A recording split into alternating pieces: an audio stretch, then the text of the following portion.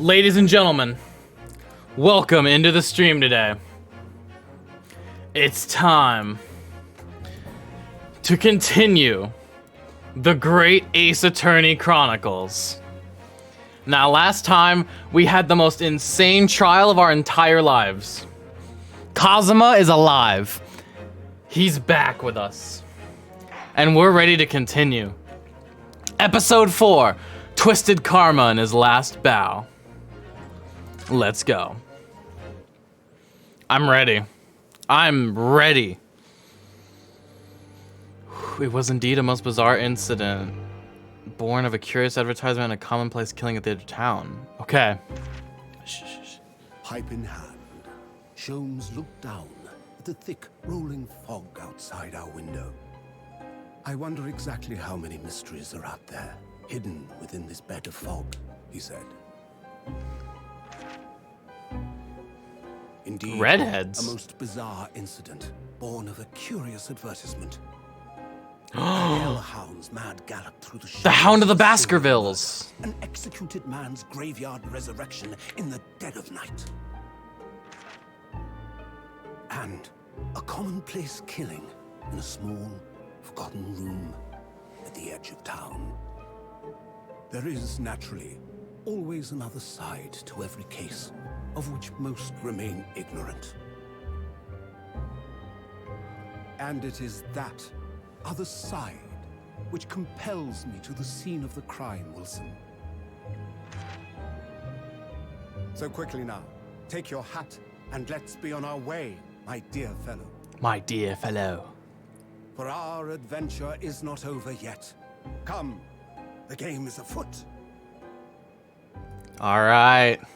Okay, what the hell did you even say, Ceiling Light? I'm gonna refund that and delete it.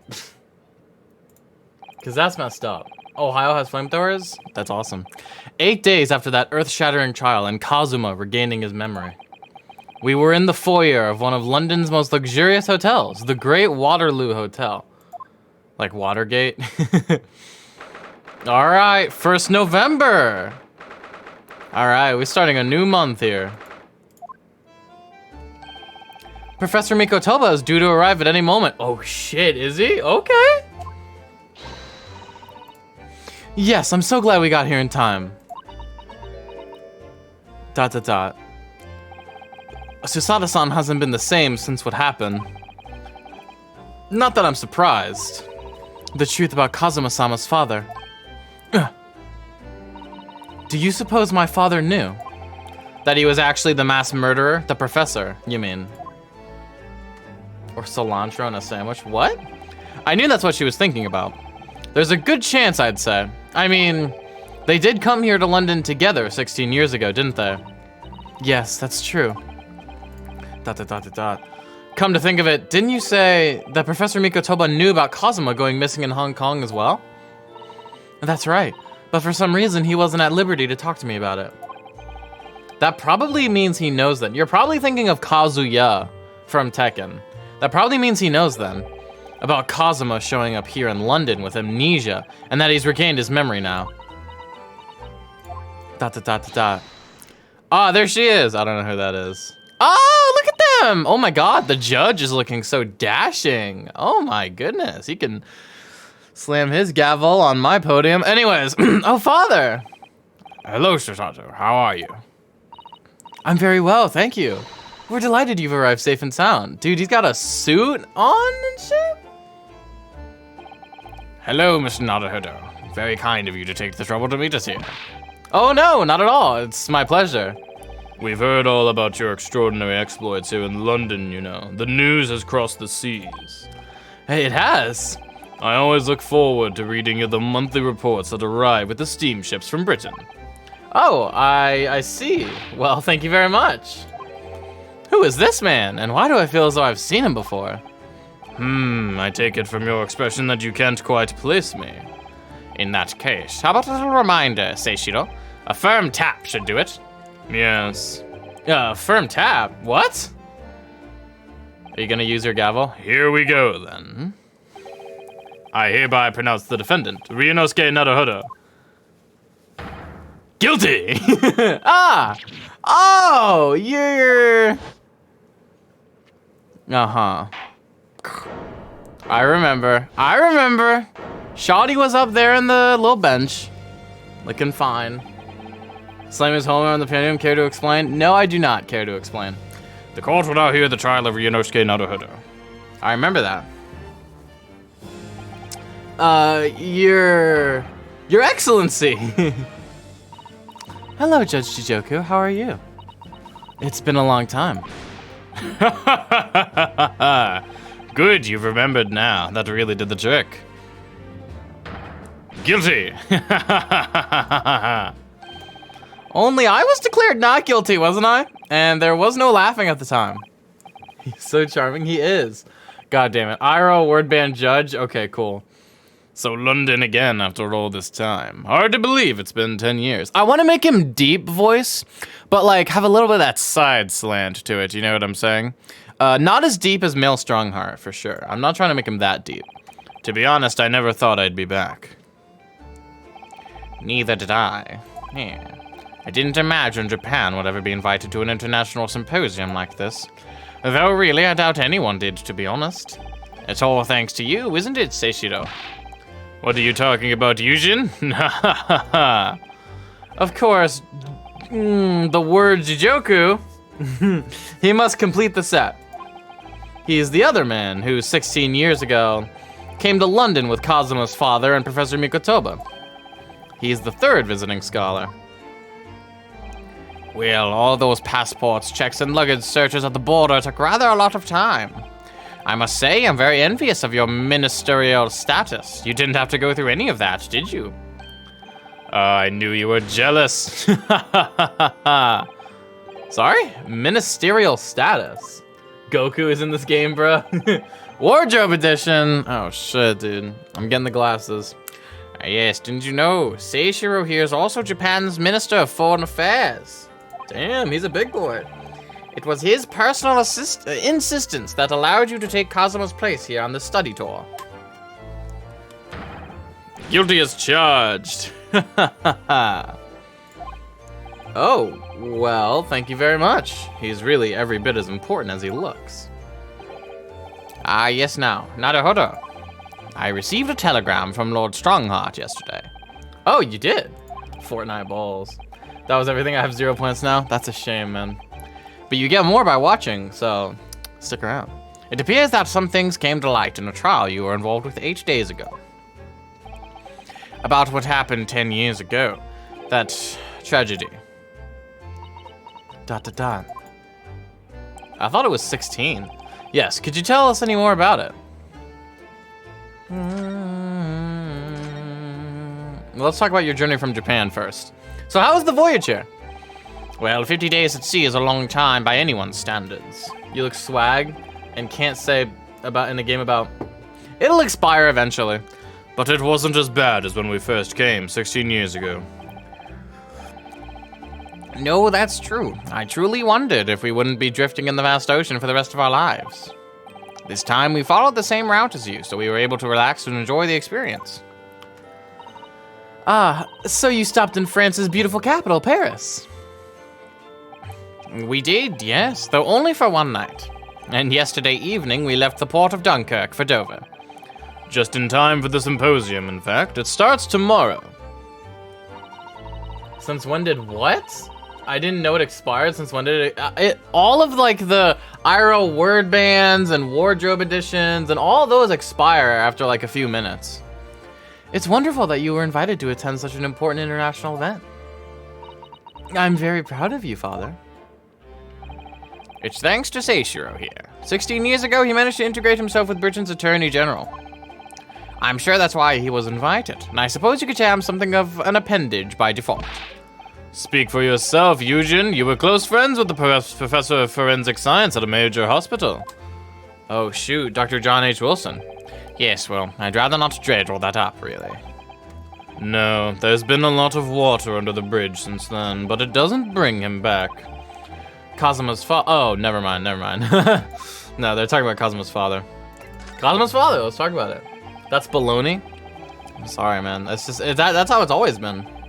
The professor, the killer who took the lives of 5 members of the British aristocracy, was actually Kazuma's father, wasn't he? That's correct. Genshin Asogi. Genshin Impact! That's how we should have known he was evil. Genshin. Oh no. Help! Genshin Impact really does steal lives, chat. Oh my god. You knew, I presume, father?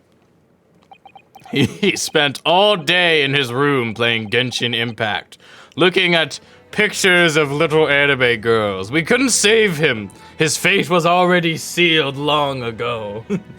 Yes, he was a close friend at the time. Genshin came to Britain as a police detective. He was studying investigative techniques at Scotland Yard. I've never understood what drove the man to commit such heinous acts. It was a closed trial, so the public never knew the truth, and he was executed with little ado. To this day, very few people know what really happened, even in our homeland. But what about Kazuma? Did he know? Did he know the truth about his father? No, of course not. He was told his father passed from sickness. However, I suspect he may have had his doubts. Oh, why? As you know, I tried to guide Kazuma growing up, as if he were my own son. Oh, yo. My boy over here was going...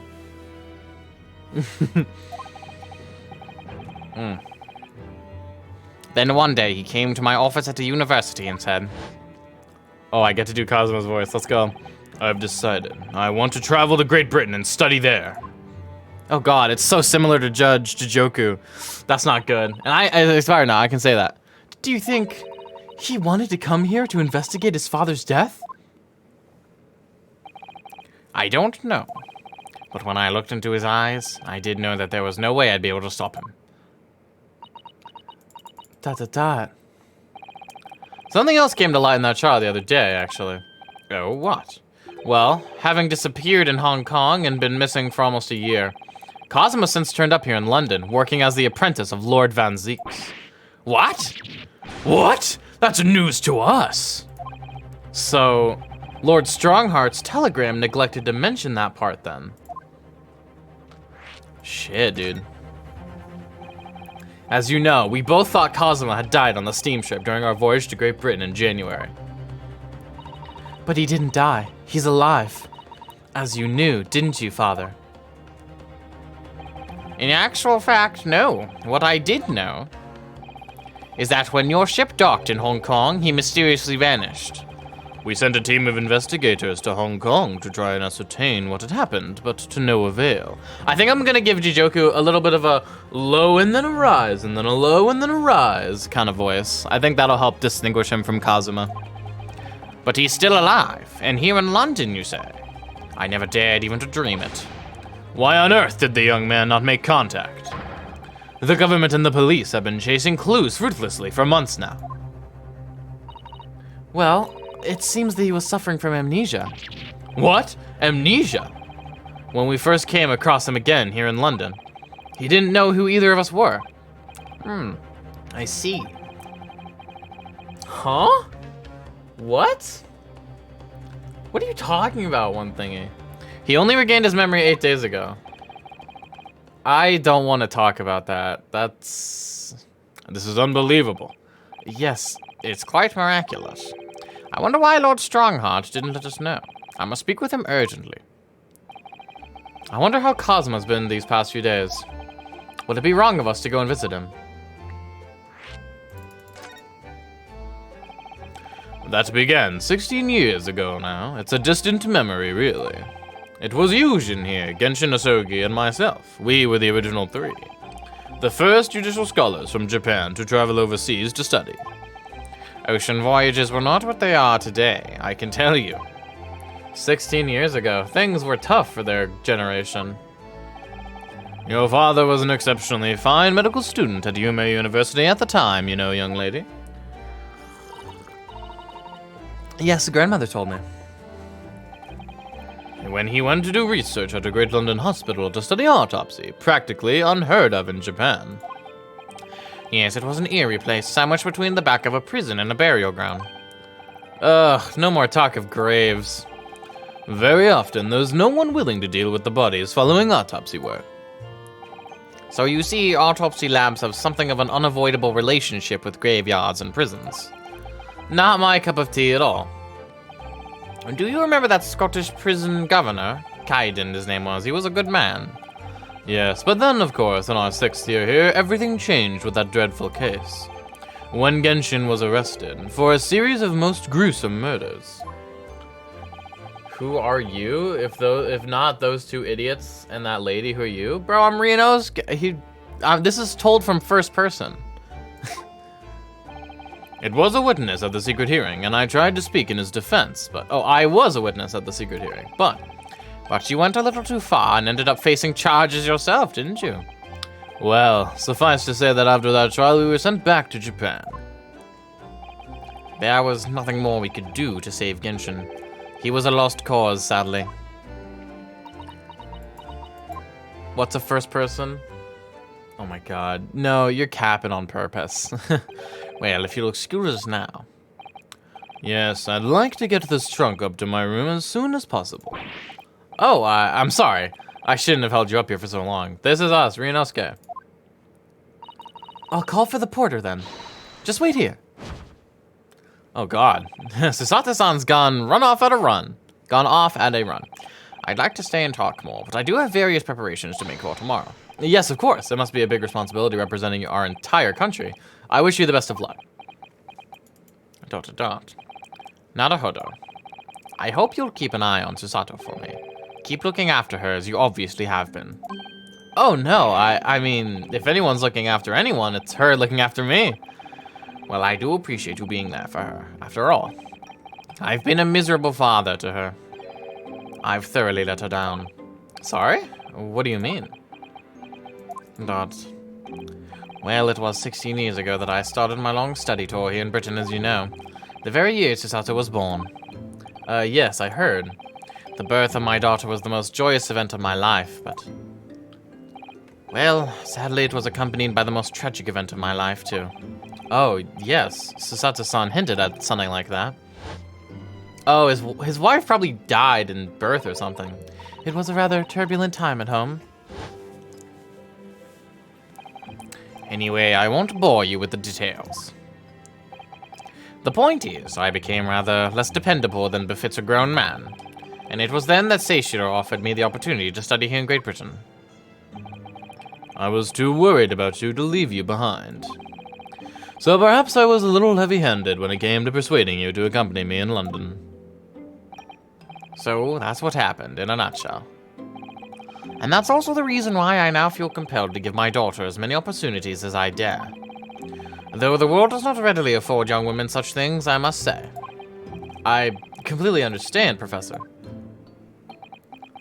You should dye your hair green and look like Joker. What? No. Ah, one other thing, Naruhodo. If I may be so bold, I have a favor to ask you. Oh, really? Of course. What can I do for you? Well, the thing is, I'm so sorry that took so long. Is that freaking the dude? Oh my god. This is Sato. Now then, allow us to take your bags. Allow me to take your bags. One moment, if you please, Porter. Of course, sir. That's the dude from the McGilded case. That machine around your neck. It's a camera, I believe. Quite right, sir. Just 5 shillings for a lovely photograph to commemorate a wonderful stay at the hotel, sir. Well, I think given the occasion, we could justify the expense. Yes, of course. Ah! That's me right there. Look at that. That's awesome. You're freaking a dude? Wait, that's your dad? No, that's her dad. That's her dad. That's her dad. Dude, one thing he has no idea what's happening. Crisis, can you like... Crisis, I need you to write an essay in the chat about this entire game so far and deliver it to one thingy. I'd like to thank you for coming with me, Miss Naruhodo. It's really made Father very happy, I think. Oh, well, I'm pleased then. But we were interrupted before. That's your entire summary. Just Van Zieg's hot. I appreciate it. Here. Oh, let me go into the court record. What am I doing? What am I doing? Yeah, baby. Susato. Yeah, look, they share the same last name, huh? Look at that. They share the same last name, don't they? Don't they? Who the hell is Von Zieks? Oh no. Oh no. Professor Mikotoba was about to ask me something. Shall we return to Baker Street then? I expect Iris will have some delicious tea waiting for us. You're his wife? No! What? Yes, let's go. Dude, he's capping on purpose. There's no way. I'm getting more and more anxious about Kazuma, though. Perhaps I'll try to meet with Lord Strongheart later and ask after him. Okay, a new location's been added. Okay, well, can I go there now? Why not? Oh, he's here! Dude, I feel like Lord Strongheart is probably pissed off at me. Because he really liked Dr. Scythe a lot. Like, he was like, she will lead my investigative team into the future. And we did just get her arrested on murder. So, I feel like Lord Strongheart probably doesn't like us that much anymore. Why is Von Zieks posed like that? I don't know. He's just posted up. He's built different. Here is the final draft of the opening address for tomorrow's proceedings. I've supplemented your original with the figures you asked for from the yard. I see. Excellent work. Thank you. You're welcome, my lord. What's Lord Von Zieks doing here? My, there seems to be an awful lot of tension in the air, wouldn't you say? This place is stifling enough as it is. We really don't need any more tension. Oh god. He's here. He sees me. So you're Zeeks? No! Oh my god. Crisis, can you just drop a quick little summary of who we are? Please. Or just help him? Please, help him. My apologies. I didn't notice you come in. Your small statue and dark dress made you all but invisible to me. Oh, no. It's entirely my fault for wearing black, I'm sure. From now on, you must dress in white from head to toe whenever you come here. Now then, Mr. Naruhodo. Yes, my lord. I'm right here. Kill me now. Is something wrong? Perhaps it's a little too hot in here for you. I mean, that's Von Zieks' fault. Oh, no, not at all. I mean, I've never experienced a room with such a perfect temperature. If you're sure, the beads of sweat carving their way down your face seem to suggest otherwise. Because of the daggers you're staring at me with, mainly. As you no doubt aware, my International Forensic Science Symposium begins tomorrow. In fact, your father arrived in London earlier today, I hear, madame. Oh, yes, that's right, my lord. He's extremely honored to have been invited.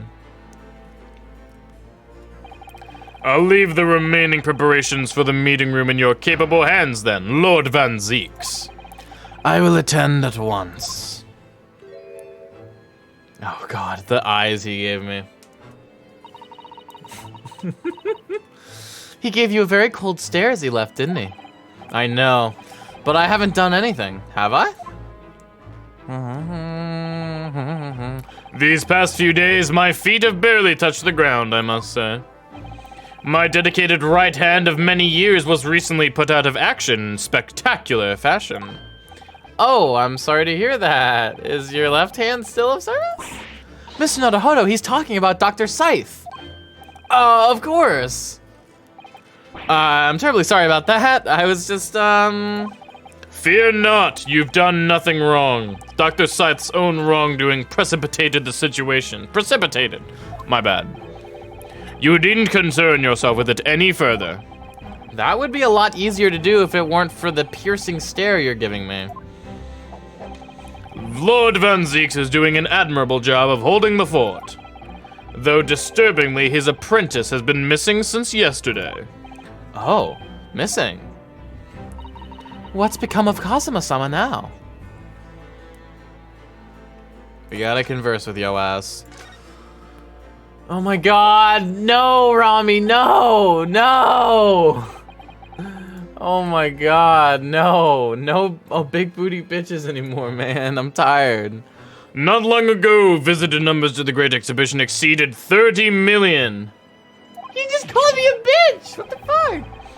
30 million? Are there even that many people in the world? As a comparison, Ms. Nodohodo, the population of the imperial capital Tokyo is 2 million. I will be opening the International Forensic Science Symposium in the exhibition's main auditorium. To the chambers with you. This event has been 2 years in the making. 2 years of preparations and negotiations with other countries. Sounds like a tremendous achievement. Congratulations. The 20th century... Oh my god, chat is... I'm gonna have to, like, put emo-only mode on, bro. The 20th century will see the wholesale adoption of forensic investigation techniques. And cooperation between policing organizations around the globe will be essential. Which is why this landmark first symposium had to be hosted here at the heart of our great British Empire.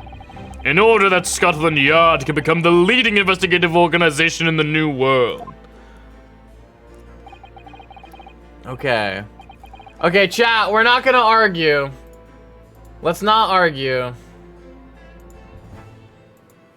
Can we just relax, everyone? He's the same as ever, I see. That passion of his is quite something.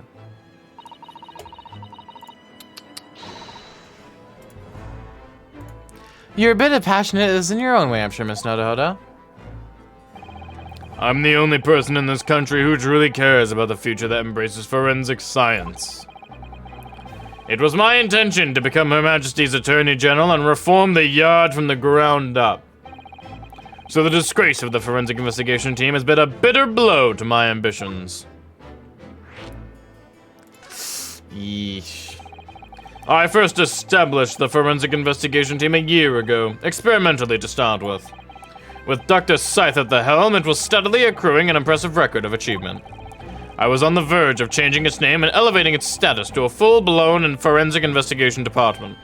And can you not do that now? Obviously. Nobody wants to hear anything about it at the moment. Even I can't keep this story out of the papers. 6 million Londoners will be cursing forensic science now.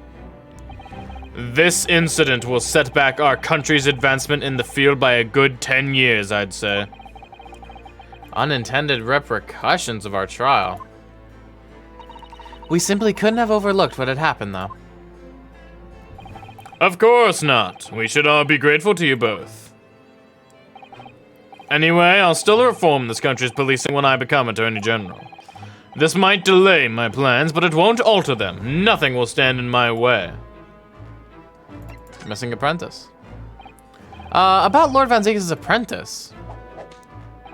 Ah, yes, that came as a surprise to me, I must say, that you and he are old friends.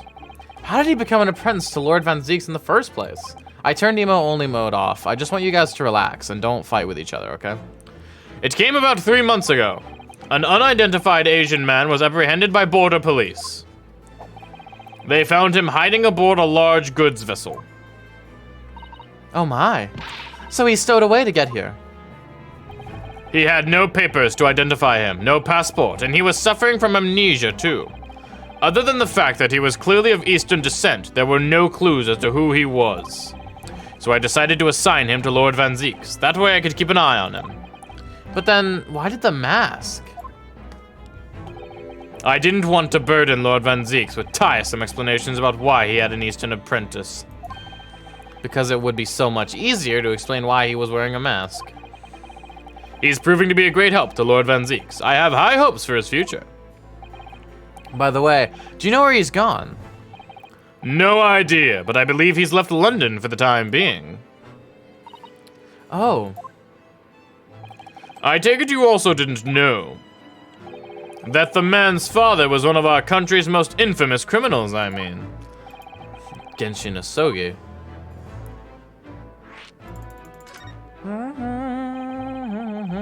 What we learned from that trial 8 days ago was a huge shock. Finding out my friend's father was... Yes, Genshin Asogi. The professor case 10 years ago caused a great stir here in Britain.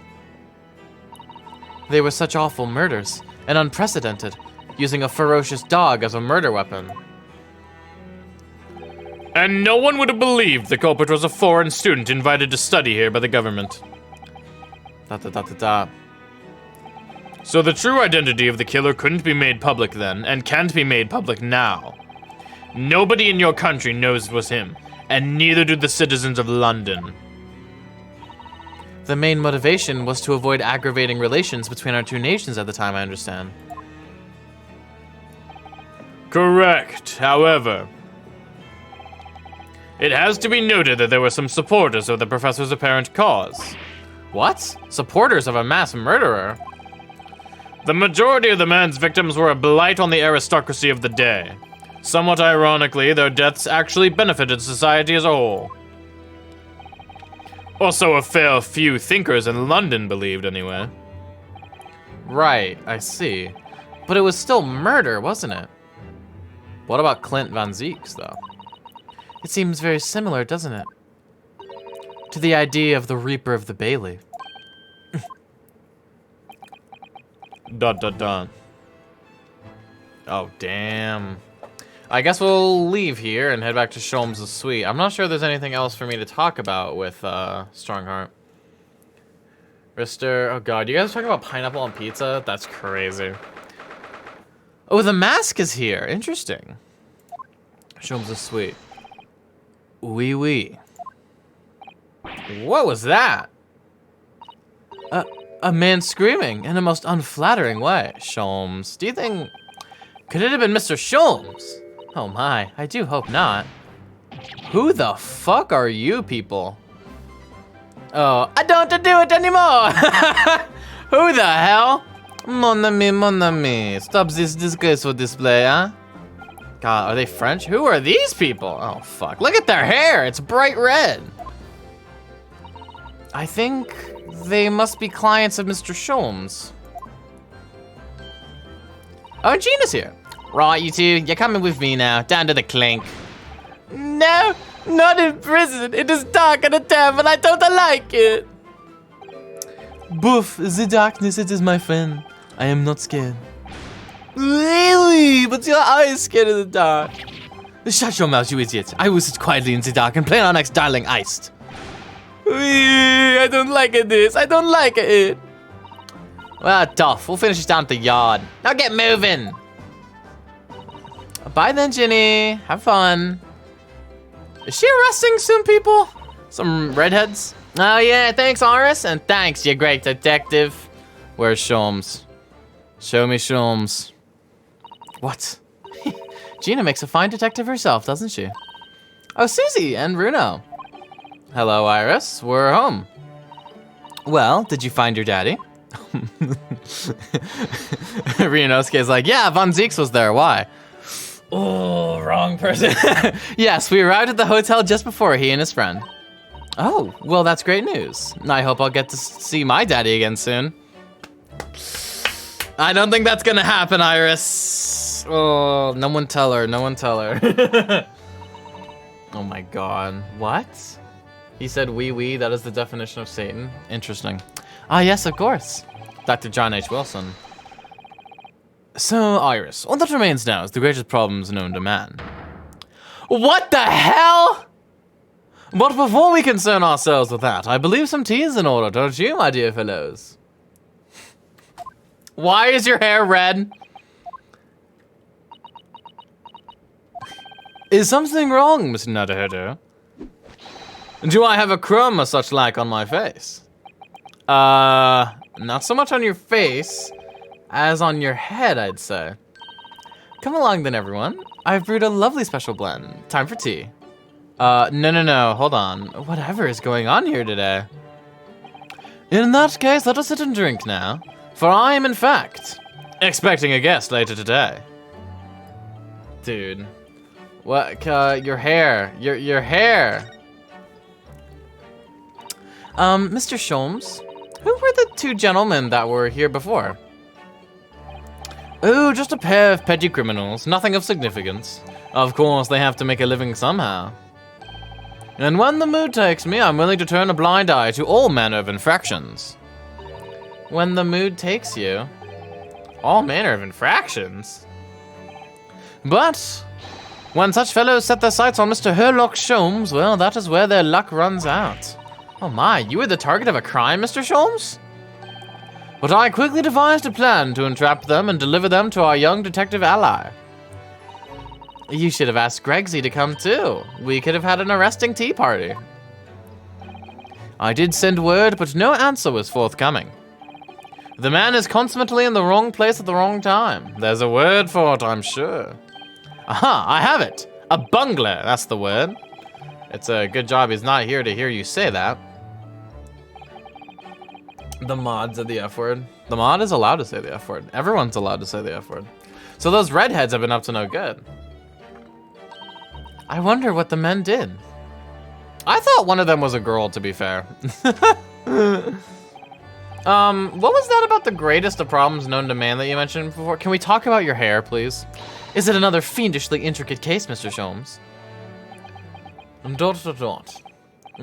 How should I best explain it? Are you aware of the theory of evolution by natural selection, perchance? Well, I think I've heard talk of it somewhere? Possibly. It's a revolutionary scientific theory that was newly proposed 40 years ago now. Oh my god. According to its author, Mr. Darwin, we humans were once apes who lived in the treetops. Wait, what? We were apes? God, it's so interesting to hear them talk about Darwin's theory as if it's like brand new. That's crazy to me. Indeed, and the very moment those apes descended from the canopy to live as humans, it has been our lot to be at the mercy of the greatest problem known to man. Our lot? What is this great problem, Mr. Sholmes? Why is it not obvious, my dear madame? The problem of rent.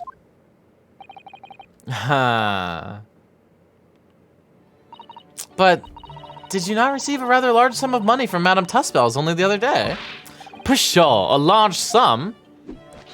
1 potted herb for Iris and a new motor car for me later, and all of it has quite disappeared, I assure you. Honestly, Hurley, you know you squandered it. Yes, well, anyway, 2 days ago, I discovered the answer to man's greatest problem, for the coming month at least. And what was the answer? Why, there is a substantial clue. Before your very eyes. Is it your hair? Don't tell me. Let me see. Humans are sorry creatures, unable to see what is in front of their nose. Let me give you some assistance. Don't look, but observe me very closely. There is one particular feature about my person that has changed. You should notice it in the end, I think. In the end. It's been stabbing me in both eyes right from the very beginning of our conversation. I think we might need another clue before we uncover the full answer, Miss Naruhodo. Thanks for the hint. I'll be tearing my hair out if this charade goes on much longer. Oh my god. Mr. Sholmes, isn't it about time you told us the truth? Oh shit. Just over a week ago, you said to us, back when you had normal hair, I will now tell you something of the first importance, my dear fellow. Great detectives are wont to lie. It will serve you well to remember that. You know what I want? I'm gonna refund that, because I do not know, actually. And also, I don't like doing character impressions when I'm doing Ace Attorney, because the voices are like the main appeal for me, low-key. One of them. That case aboard the SS Burya in January. Cosmo wasn't killed, and you knew he wasn't dead at the time. So what was really going on? Don't. The fellow was unconscious for a very long time. If he hadn't regained consciousness when he did, his life would have been in mortal peril. Of course, a side effect of the prolonged comatose state was amnesia, as you now know. It was a simple enough task to silence the crew. But how? After they'd carried him out of the cabin, I assembled them in the lobby area. Oh my god, I have to remember their voices? Fuck. Then I made them swear to leave him unconscious and have him unlaid from the ship in Hong Kong as a murdered corpse. Oh, how horrible. It was necessary to find some material with which to persuade the crewmen to keep their word, of course. But why? Why do it in the first place? I will be at liberty to elaborate in due course. But for the time being, I would like to reassure you. I didn't foresee subsequent events. What events? His disappearance in Hong Kong. Oh. I believe I may have made a gross error of judgment. Mr. Sholmes. ... Okay, can we talk about your hair? I think we need to observe. Is it illegal to go to Ruby Tuesdays on a Monday? What? I'm assuming we're going to see like a red wig or something. Or not? My god. Well, what about the mask? The mask Cosmo wore when he was assigned to Lord Anziques as his apprentice. When he cast it aside after the trial the other day, I just sort of picked it up. We ought to give it back to him, I suppose. But he has his memory back now, doesn't he? And I can't help feeling he might turn around and tell me coldly to wear it myself. But isn't he your best friend? Okay, it was not that. Dude, I'm not entirely sure. Maybe let's check out the science. I remember this behemoth's name, the Great Analytoscope. I don't think it was here when I left for Japan, was it? Oh, is that right? Okay. It was with the pawnbroker, yada yada yada. I'm not sure exactly. I could pawn everything that's on your desk. The office would be tidy at last. Ha! Don't even joke about it, Mr. Sato. You are joking, aren't you? Okay, so... God, do I have to present something to you? I have an armband. I have a singular armband. So I can't really converse with him right now. Can I go up here? Is Iris up here? No way, right? Maybe it's the big hole in the roof. Jesus Christ.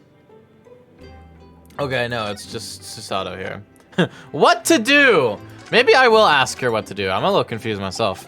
It's good news that Professor Mikotoba arrived safely, isn't it? Yes, it's wonderful. And the fact that Father has been invited to this important international event really makes me very proud to be his daughter. Your father, Judge Joku, us, and Cosmo, of course. There's an ever-increasing number of Japanese here in Britain's capital, isn't there? Well, yes, I suppose so. But London does have a population of 6 million people, so I think we're still a minority. Susato-san's father, who came here as a visiting student 16 years ago, and Kazuma. It's almost as if some great power has been at work, drawing them here across the ocean to London. And I feel as if the waters are starting to swell again now. Okay, that was not helpful. I'm sorry, Susato, but it wasn't. Dude, I guess I'll have to find something to talk to you about. How do you... Okay.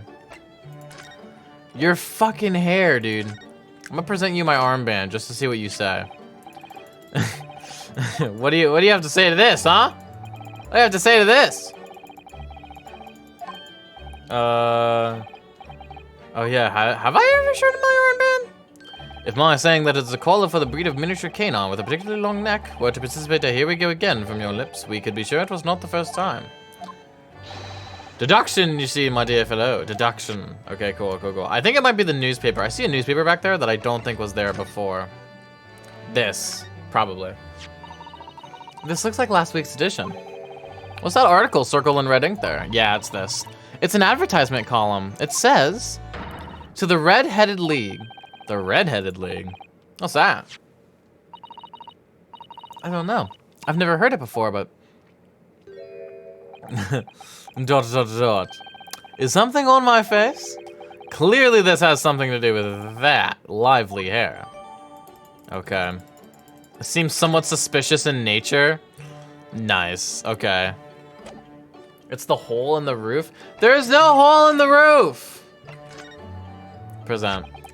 It looks as though someone circled an advertisement in the paper, Mr. Sholmes.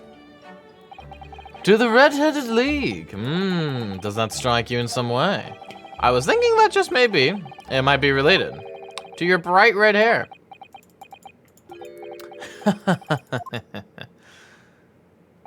So, at last you've learned to apply my methods, Miss Naruhodo. Sorry? In the first instance, and quite indispensable, observation. Believe me, I could have seen that hair with my eyes shut. So then, allow me to regale you with the tales of my latest exploits. Regale or boast? Okay. Cool. Tell me about it, man. But what is this Red-Headed League, which seems to be the subject of the advertisement you've circled? You noticed it in the paper, then? That, my dear fellow, was going to be the source of this month's rent payment. It was? How? According to the advertisement, the Red-Headed League is a distinguished institution of fellows of unspecified governance. In fact, the only condition for becoming a member is having red hair. That doesn't entirely surprise me. Weird. Why are we competing about who's weirder? How about none of us are weird? How about normal as a myth? How's that, chat? But listen to what the lucky redheads receive once they join. An unconditional salary of £4 a week. Oh my, £4 a week. But why? Why are they paying people for? That I don't know. No details are given in the advertisement. But surely every redheaded person in the country would be flocking to join in that case. You're right, Susie. There's no time to lose. I'll put in my application at once. So will I. Just on the off chance. That might be stretching a point, I think. The trouble is, they have a fixed number of members, you see. Oh, I see. So once a certain number of people have joined, no one else can. But as luck would have it, one member recently passed away. It wasn't particularly lucky for the redhead in question, I feel, Mr. Sholmes. So you decided to join in his place? Correct, I mean, look at me. Have you ever seen such a red-headed fellow? No. So why? Why did it have to go so wrong? What on earth happened? A blunder, Miss Nodohodo, though it pains me to admit it. Your blunder. Tell me about your blunder. At Ristermias. Why would you do that? What did you actually do to your hair, Mr. Sholmes? I'm glad you asked, Mr. Sato. What you see atop my head is neither dyed nor a hairpiece. I changed the color of my hair overnight by the wonders of chemistry. Chemistry? I was conducting some research into a method of rejuvenating spent tea leaves, and in the course of my work, I stumbled upon a potion that, when taken, turns one hair flame-like red. What? Would you like to try it? It'll make every hair on your body perfectly crimson. I think I'll pass. But Mr. Sholmes, is it quite safe to drink? Surely it's bad for you, isn't it? I want VIP. No, I don't really give out VIP to people. Amateurs are always hampered by such fears. Oh, I should never have doubted you, Mr. Sholmes. You mean to say... But of course. To earn £4 per week, one must be prepared to turn a blind eye to a little danger. That degree of red signals more than just a little danger, surely. I'm not people. So anyway, Hurley left full of confidence yesterday with his new red hair for the park on Lime Street, where the Red-Headed League were interviewing prospective new members. So what went wrong? The whole park was choked with red-headed folk like a Custer's orange barrow. I queued for 8 hours solid before at last I reached the front. But when the panel of interviewers saw me, they immediately said, "Ah, Mr. Herlock Sholmes, are you in disguise to conduct an investigation?"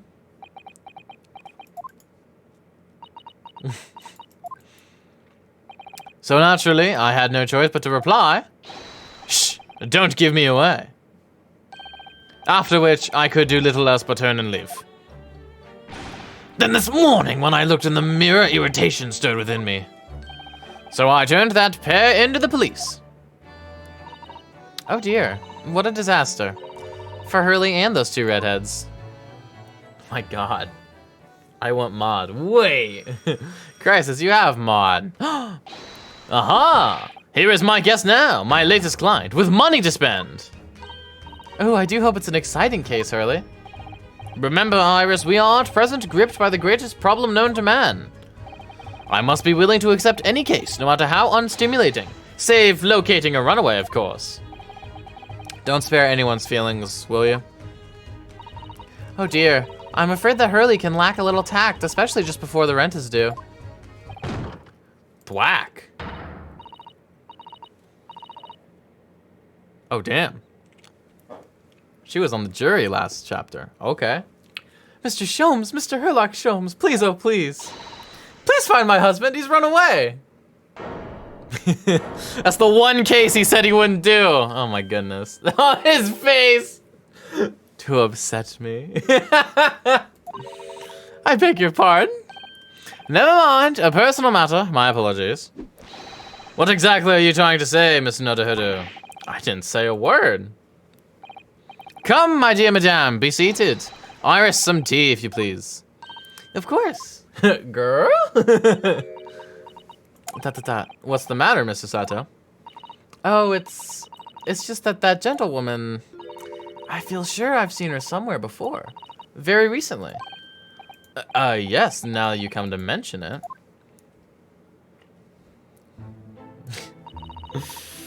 She's a bit of a shoddy. I could fix her. Sherlock Sholmes? I thought it was Sherlock Holmes. One thingy has been watching this for 57 minutes and didn't even read Sholmes' name. Oh no. Oh, her name's Evie! What a cute name. Okay, low key. I love the name, like, you wanna know my favorite female name in the entire world? You wanna know my favorite female name in the entire world? Naomi. That's the one, chat. That's the one. That's the one.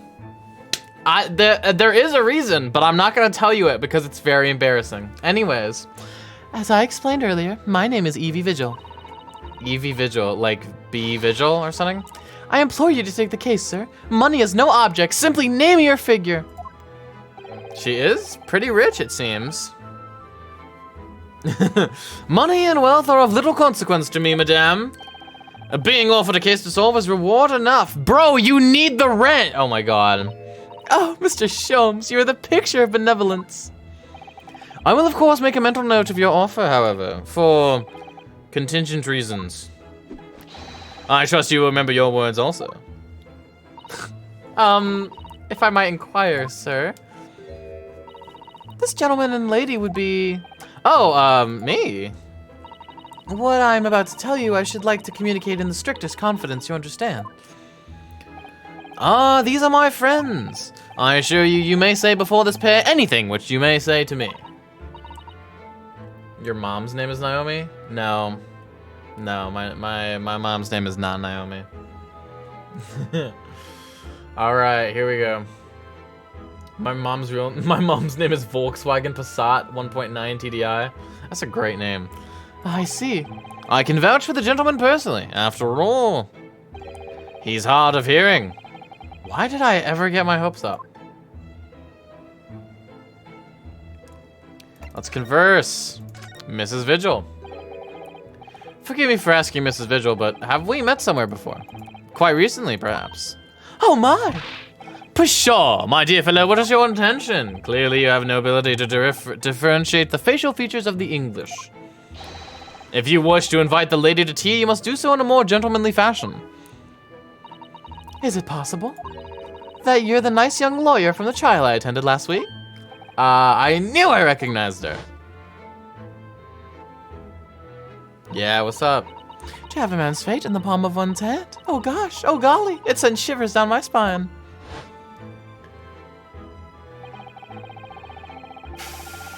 What is chat talking about?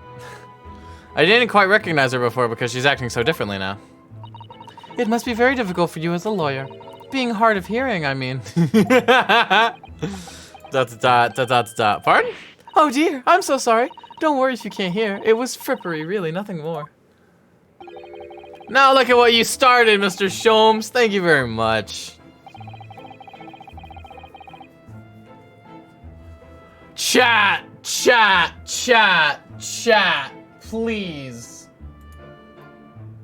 Please, chat, don't make me turn emote only mode on again, please. I'm sorry for any unfortunate things that may have befallen anyone in the chat, but holy shit. I believe it would be prudent for you to sit quietly in the corner. Yes.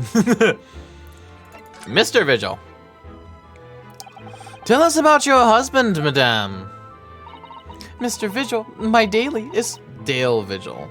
Daily Vigil? Daily Vigil, Evie Vigil. I can't quite place the pun. Is 40 years of age. I have a photograph here. Okay, okay. An entirely unremarkable gentleman, by appearance at least. How long have you been married? Evie Vigil, Evil. It'll be 15 years this year.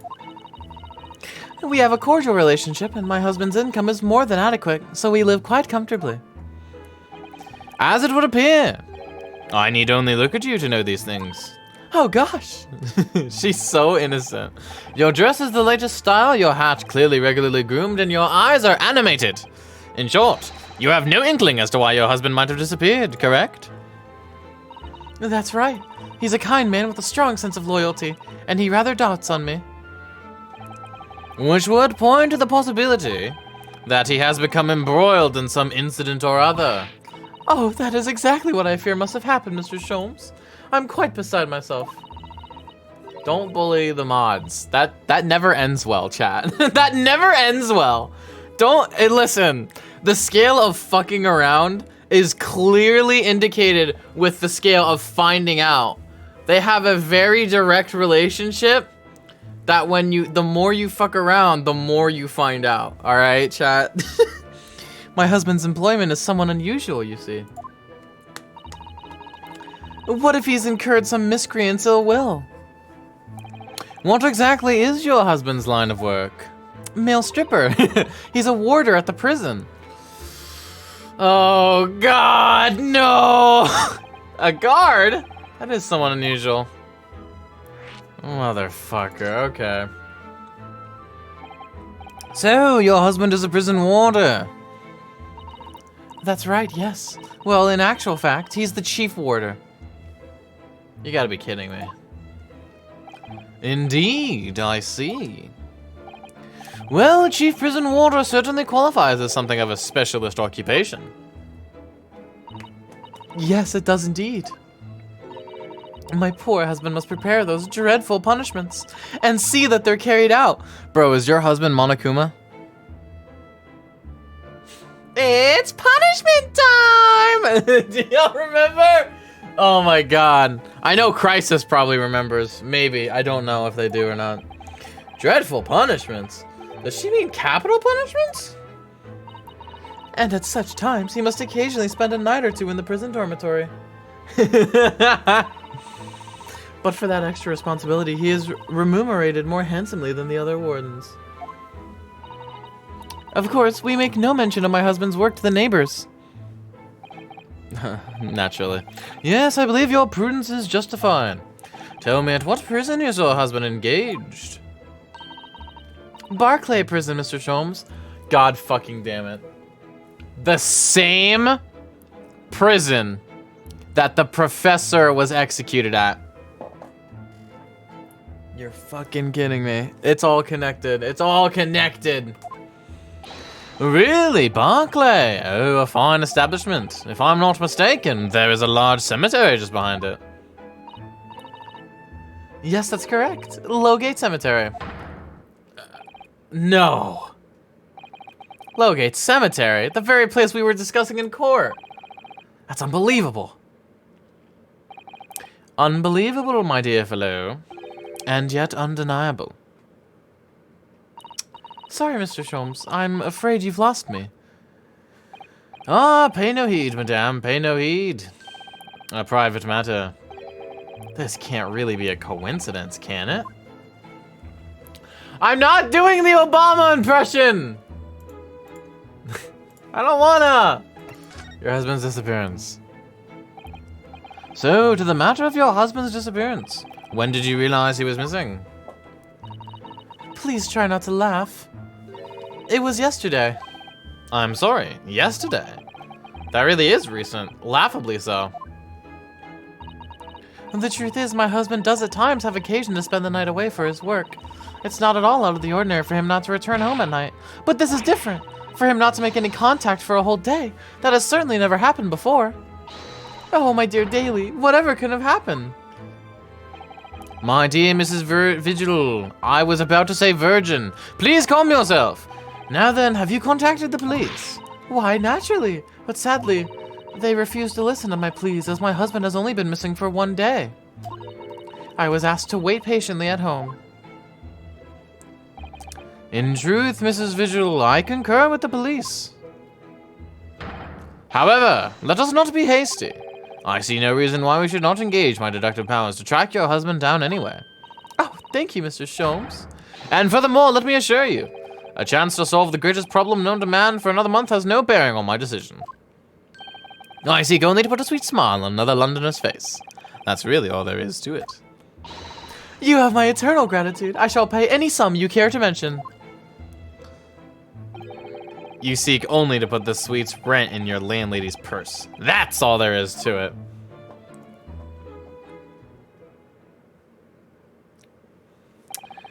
Thank you for everything you have shared with us, Mrs. Virgin. Vigil. I believe I have all the information I need to begin my investigation. Oh, please report to me soon with good news, sir. Fear not, madame. In a day or two, I shall be contacting you with a heartening report, I'm quite sure. So soon? Oh, how splendid, Mr. Sholmes. Good news should be delivered early, I always say. If you would be so kind as to leave the photograph of your husband in my possession. Okay. Thank you. Now allow me to show you the door. I can't thank you enough, Mr. Sholmes. You've been simply marvelous.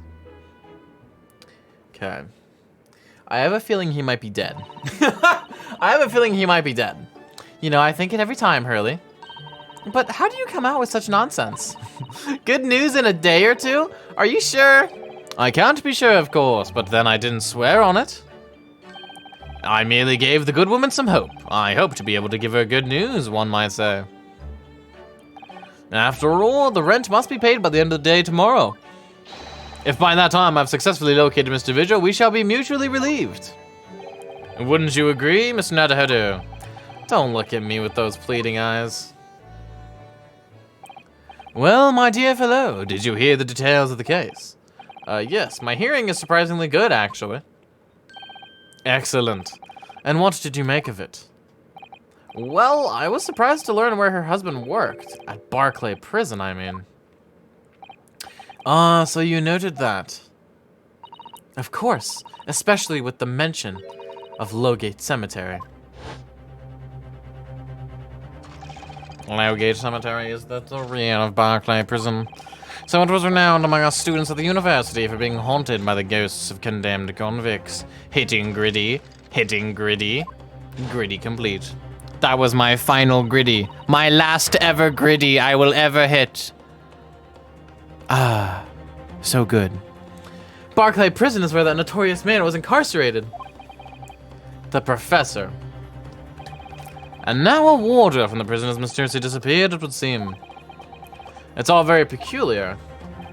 Indeed, but nothing you can't handle, I'm quite certain, Miss Nadahodu. Sorry? Run along to the prison and see what you can glean. Would you? It's the prison governor you want. No doubt the man is equally worried. But aren't you going to go yourself? Surely you needn't ask. I can't possibly be seen out with his hair.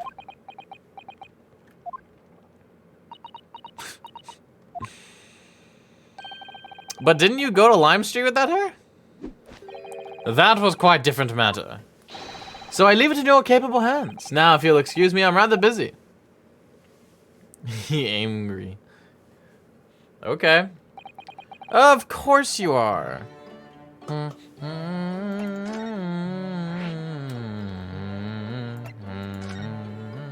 I go make ramen? Alright, Crisis.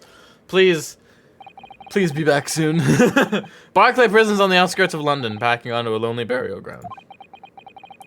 Its four high outer walls loomed quietly before us in the fog. No, Crisis, you'll understand. Please. Having requested a meeting, we were shown to the governor's office in the watchtower. Look at what the chat is doing right now. Please don't be gone long. I don't know how long I can handle this myself. What is this clock? And there's a big bird. Oh my god. This place is full of hardened criminals. I cannot remember the last time a civilian was down here. And you did not want to talk to an inmate, but to me. Oh my god, it's the Crimson Chin! Jackie, who I am? I'm the Governor Barry Kiden. Huh? Oh, yes, it's a pleasure. I'm Rinosuke Nadahodo, defense lawyer. And an Easterner, I see. Does that mean? Yes, I'm a visiting student of law from the Empire of Japan. Japan? Did you say Japan? Yes? Well, there's no any of your kind here, laddie. Maybe you should try the prison next door, eh? I didn't notice another prison next door, sir. Anyway, we came to ask you some questions about... I didn't like to be so direct, but... I've no intention of speaking with the likes of you suspicious-looking Easterners. He's racist! No! Now get out me hair. Is he Australian? Get out me hair. I don't know. So as soon as he finds out that we're from Japan, he reacts like this. That surely means... I think it's because of the professor case. You think so too? Good night, mate. Yeah, probably. Probably Australian, I think. I'm gonna lean a little bit more towards that and the rest of his voice lines. 10 years ago, Genshin Asogi, also known as the Professor, was incarcerated at this prison. And then after his execution, he apparently re-emerged from his grave in the cemetery behind the prison. I might have known. You're sniffing around about that case, aren't you? Aye, mate. You're sniffing around that case, aren't you? Your agents, eh? Part of the Professor's great web, no doubt. No, not at all. We're just... Get going with you before I punch your lights out. We're going. Clearly the ghost of that killer still haunts this place. We're not going to get anywhere here. Unless we can somehow prove to this man that there's nothing suspicious about us. Governor Kaiden. What are you thinking, Mr. Sato? I feel sure that name came up in conversation recently somewhere. I was wondering if whoever mentioned him might have some ideas to help us. Come to think of it, I have the same feeling. Okay.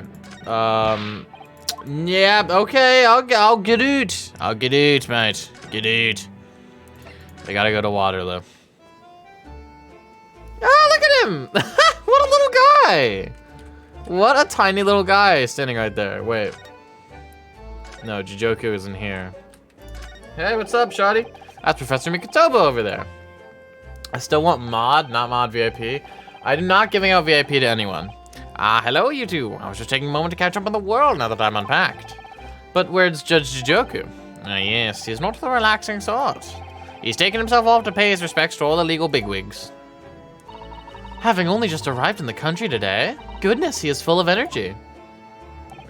Professor, you mentioned something before about how you'd known the prison governor at Barclay Prison. Oh, Governor Kaiden, you mean? So it is the same man. Father, we must speak with the governor. He refused to talk to us. He said we were suspicious Easterners.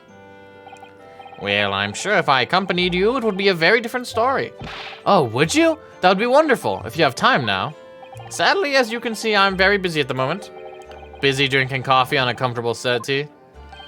Now, I have a rather lot to prepare for tomorrow, you know. Sorry. I didn't say that out loud, did I? You Mikotobas are alarmingly good at reading people's thoughts. Or could it be that you Naruhodos are alarmingly bad at hiding your thoughts? Let's not fall out now. I have an idea. He's gonna write a little note. What's he writing on that piece of paper? Here's a letter of introduction for you. Hopefully when he sees my name, he'll change his tune. Ah, thank you. Good luck, then. All right, thank you, Shoddy. I've been here for 2 years and you still don't know that I'm Rami. I know who you are. I'm not giving you VIP. I don't give anyone it, not even Rami.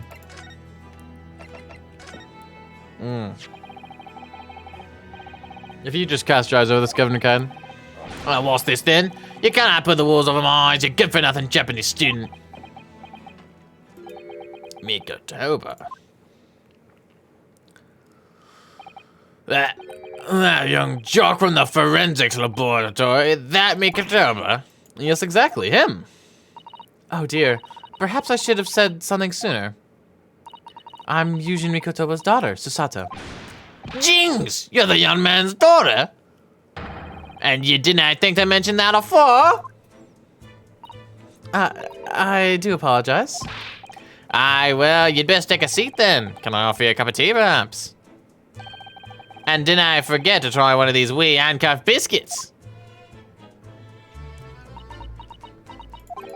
Your father's influence is nothing short of amazing. I'm bitterly regretting not announcing who I was from the outset now. So then, what can I do for you, Hen? Well, we're currently investigating a case. It's one of your warders, you see. He's gone missing. Missing? That's right, it's surely been reported to you as well, being the prison governor.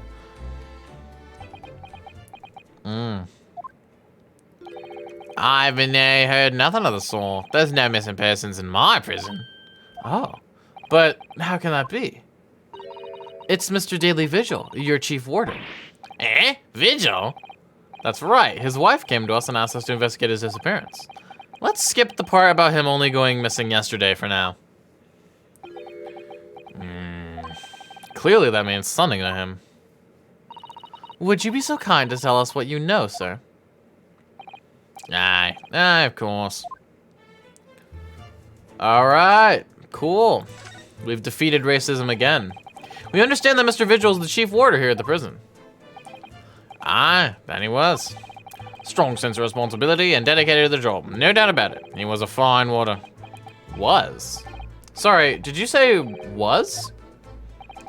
Aye, he doesn't work here no more. He left the job. Oh my. When was this exactly? There's a question. When was it about? It can't have been much less than 10 years ago now. What? 10 years ago? He stopped working here 10 years ago? Aye, as I'm on it. You can. I haven't heard the fella's name all the time. As I worry if he's going missing now.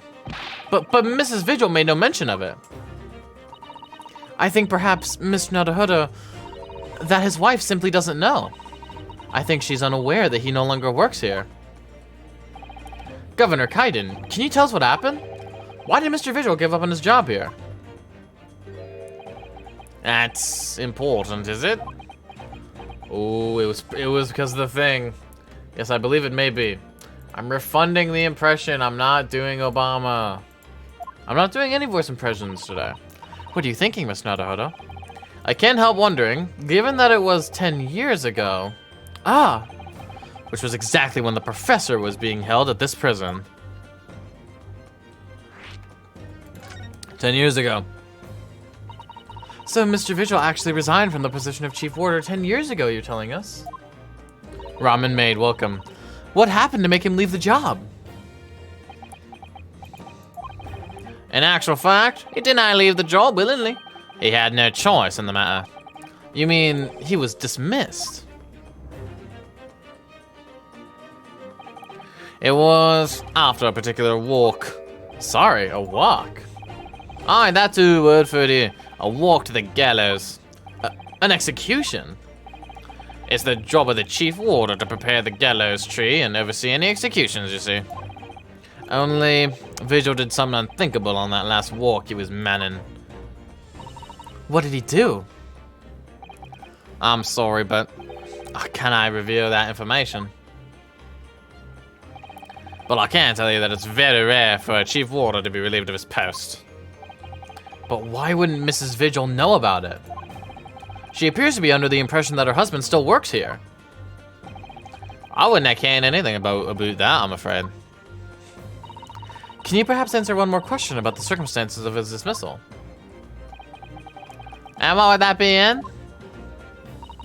That last execution that Mr. Vigil was responsible for overseeing. Was it by any chance the professor's? My thoughts exactly. No, I'm sorry, I really am. But I'm at no liberty to answer that. I see.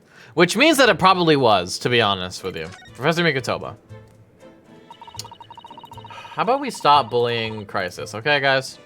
My father came to Britain all those years ago in order to study forensic science. But you seem to have been well acquainted. The dead room, the prison, and the cemetery have a lot to do with one another. After all, they need fresh corpses for forensic research. But you can. Yes, I can imagine. The advancement of medical science isn't always particularly palatable. Your father worked in the laboratory just on the far side of the graveyard. in the basement of St. Sinners. It's still in use today. St. Sinners? That's come up before, I'm sure. Yes, that's right. We've been there. Mikachaba and I have to use the ride in the carriage together and negotiate terms. For more fresh material, I suppose. Aye, and we used to sit in here for hours and gabble about the section and all sorts. Oh, it takes me back. Over a pot of tea and a plate of calf biscuits, of course.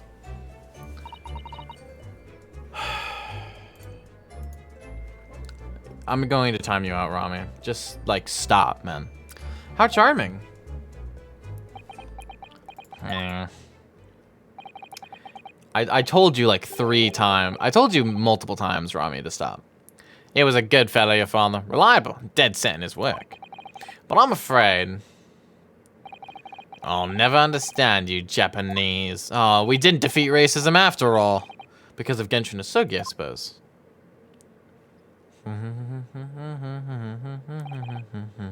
Well, racism restored. Sad face.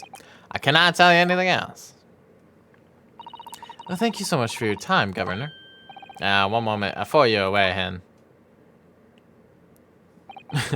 I'm sure. Dude, you have an axe just on your belt? That's kind of dope. I'm sure I have it here somewhere.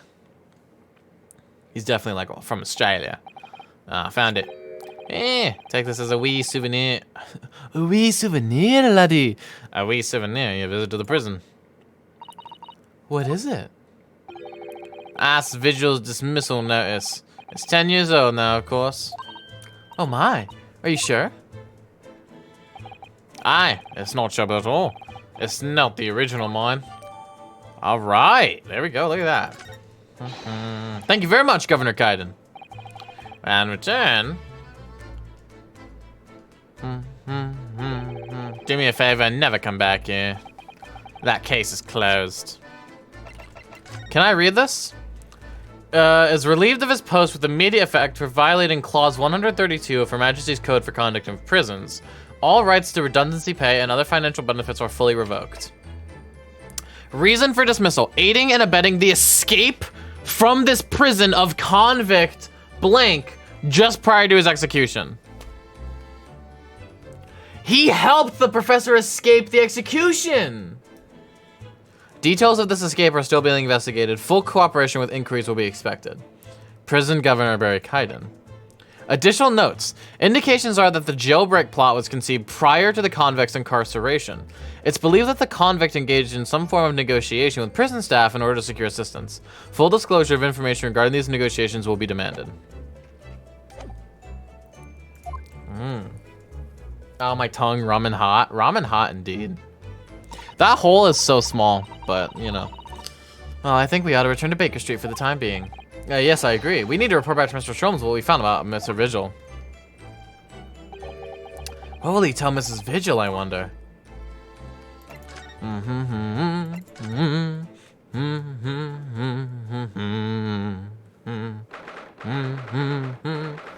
Here we go. Sholmes is sweet.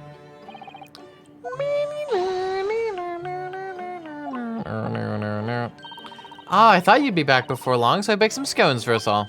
Oh, so that's what the delicious smell is. Greetings, my dear fellows. Oh my fucking god. You've returned a good deal sooner than I was anticipating.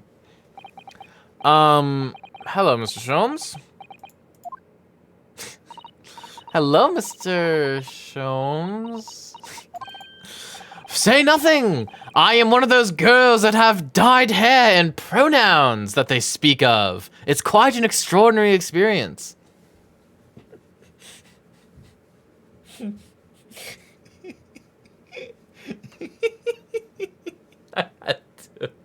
I had to make the joke.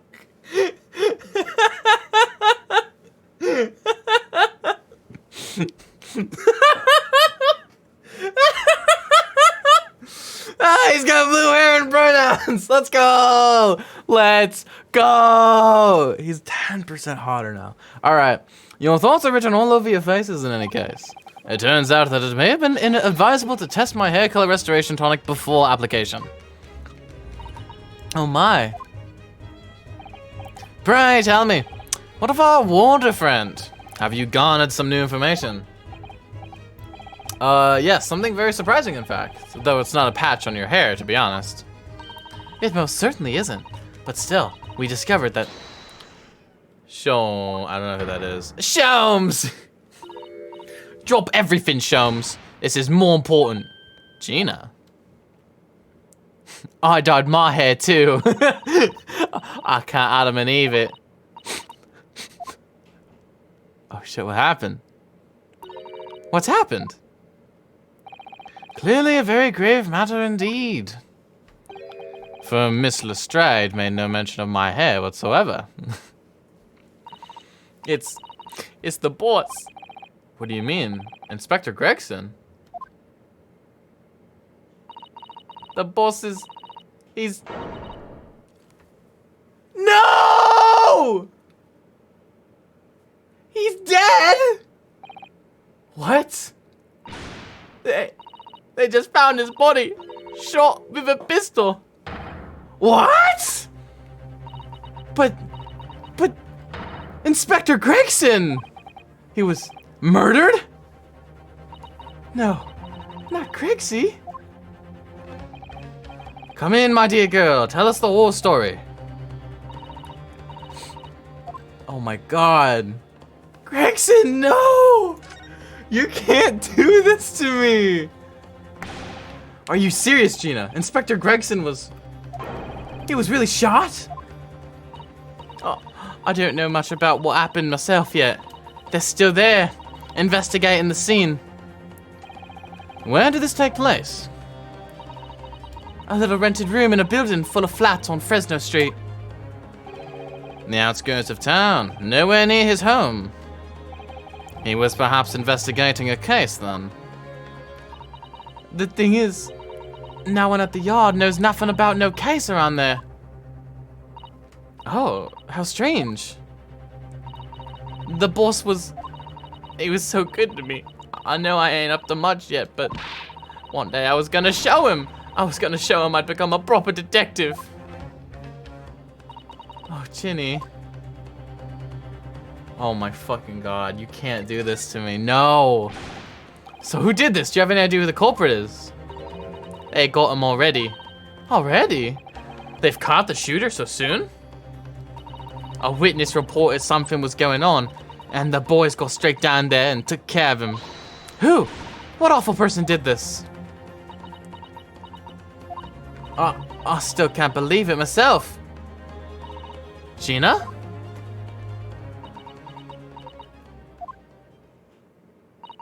It was the Reaper.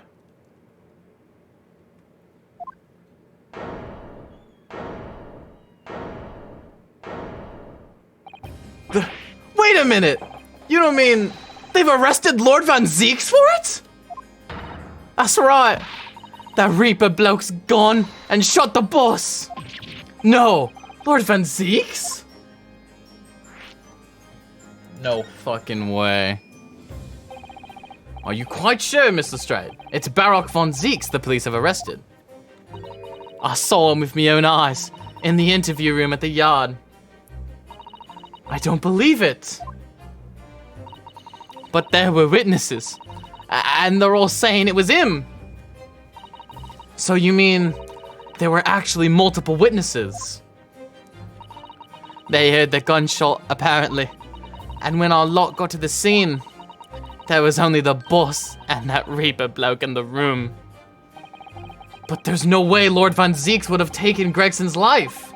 I just don't believe it. I don't believe it either. Oh my god. Holy shit. Thank you for informing us, Mr. Lestrade. This really is most terrible news. I'm dreadfully sorry.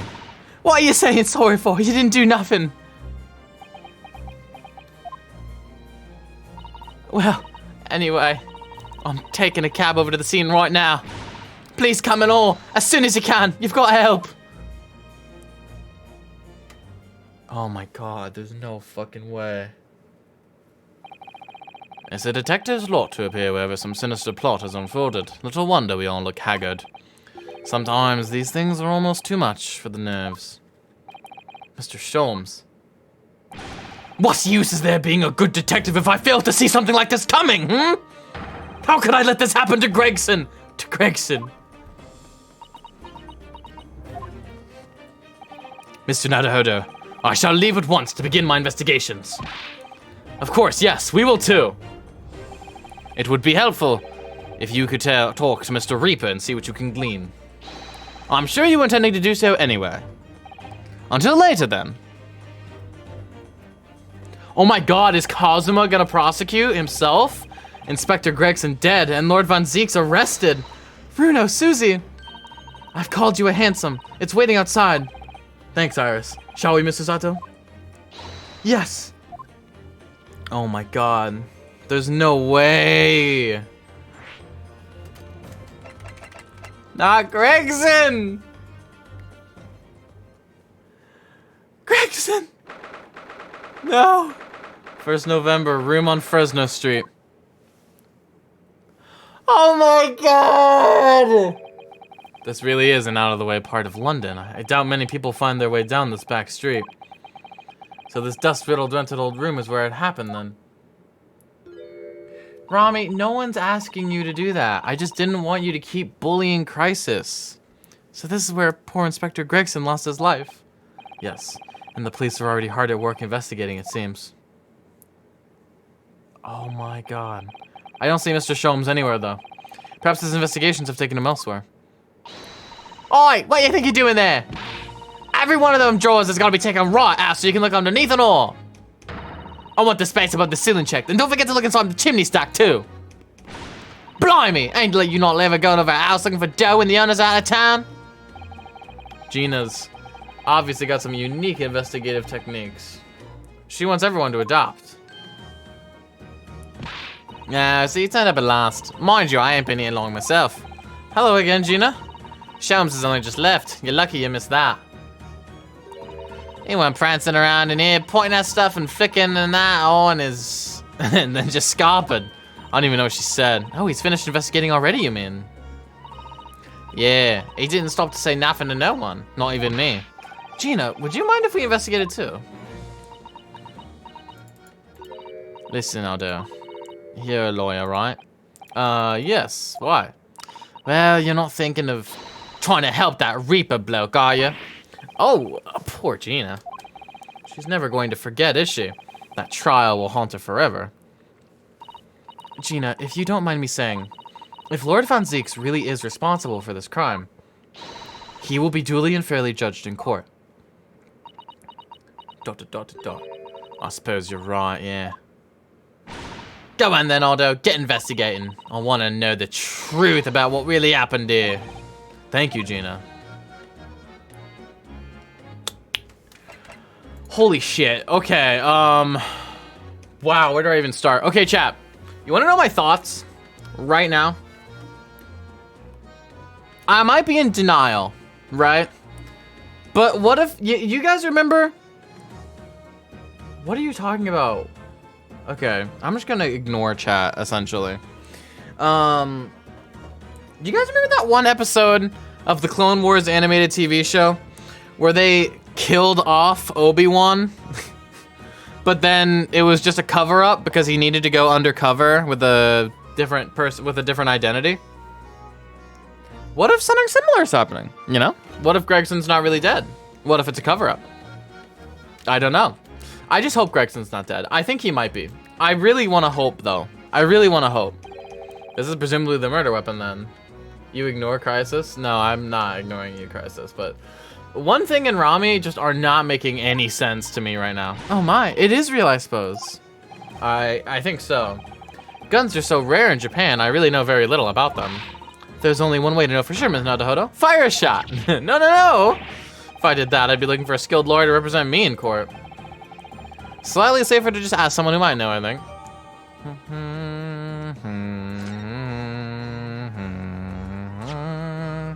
Okay, but I do want to look at it, though. Huh. I suppose this must have been the murder weapon. Oh my. It is real, I suppose. I think so. Okay, we already kind of went over this. Do you know Power Rangers? Yeah, but I've never seen it before.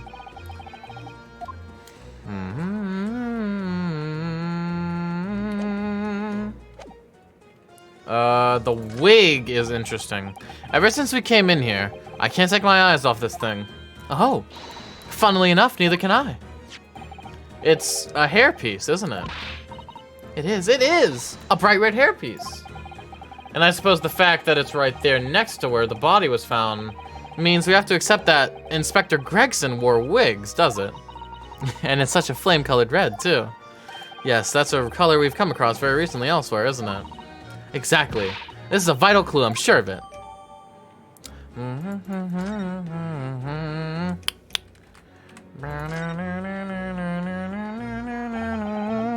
So I suppose this is where the victim...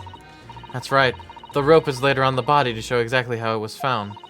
Poor Inspector Gregson himself has already been taken away. And would probably be under Dr. Scythe's scalpel by now, if not for what happened last week. From the shape of the rope, it would appear that the inspector was curled up in a ball. Man. Are you feeling alright, Miss Naruhodo? You look like you've just seen a ghost.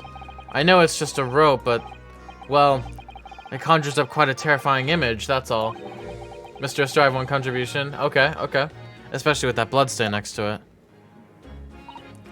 Oh, I do understand. In some ways, what we picture in our minds can be even worse than reality. Van Zieks, how could you? It wasn't him, obviously. Susanoo-san is so strong, though. She's taking this far better than I am. You mean I'm not gonna be able to do Gregson's voice anymore? That sucks. What's this? It would appear to be a little model policeman. It's rather charming, isn't it? In a way. Seeing as it's on the floor here, do you think it belonged to Inspector Gregson? It's a little hard to imagine Lord Van Zieks playing with something like this. It's only about 8 centimeters tall. It could have fallen out of someone's pocket, I suppose. I think we should record it as evidence, just in case. Yes, I agree. It is rather delightful, after all. In a way.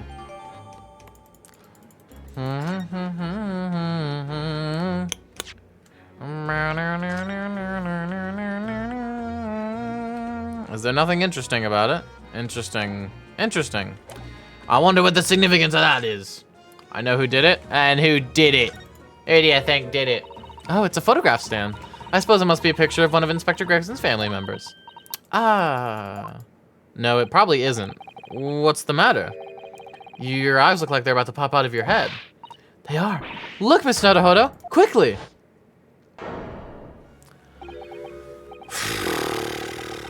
Oh boy. Why do I feel like I know this woman somehow? Of course she's familiar. We met her only this morning. Ah, it's Mrs. Vigil. This makes no sense. Why would there be a picture of Mrs. Vigil in here?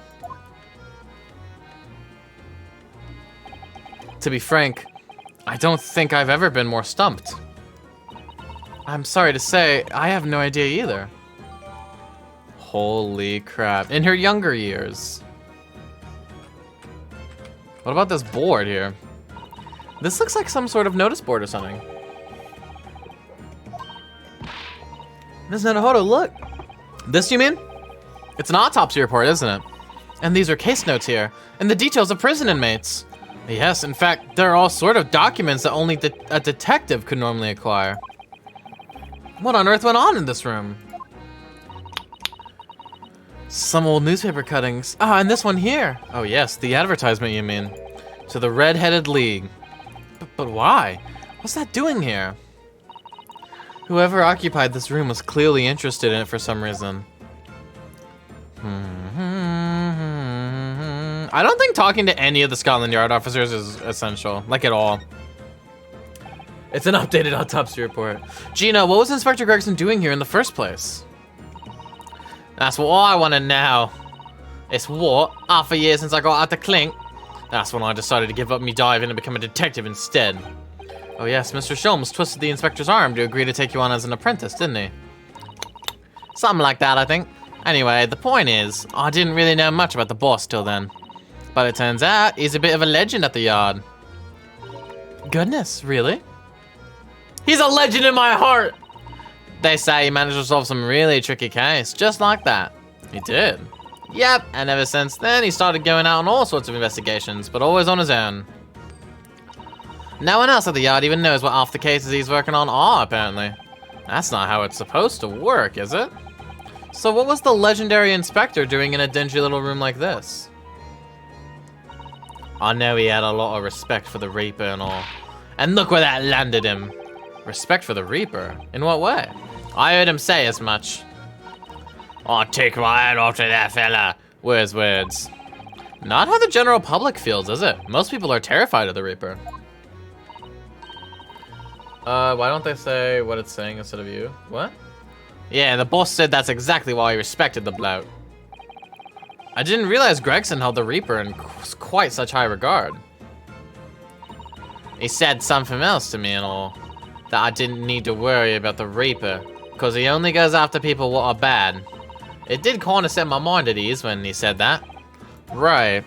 But he was planning on getting you to Paris, either way. They're not gonna be able to go to Paris together! No! What is this place then? Does anyone live here? Is he in the record? I need to see his face, please. I need to see his face.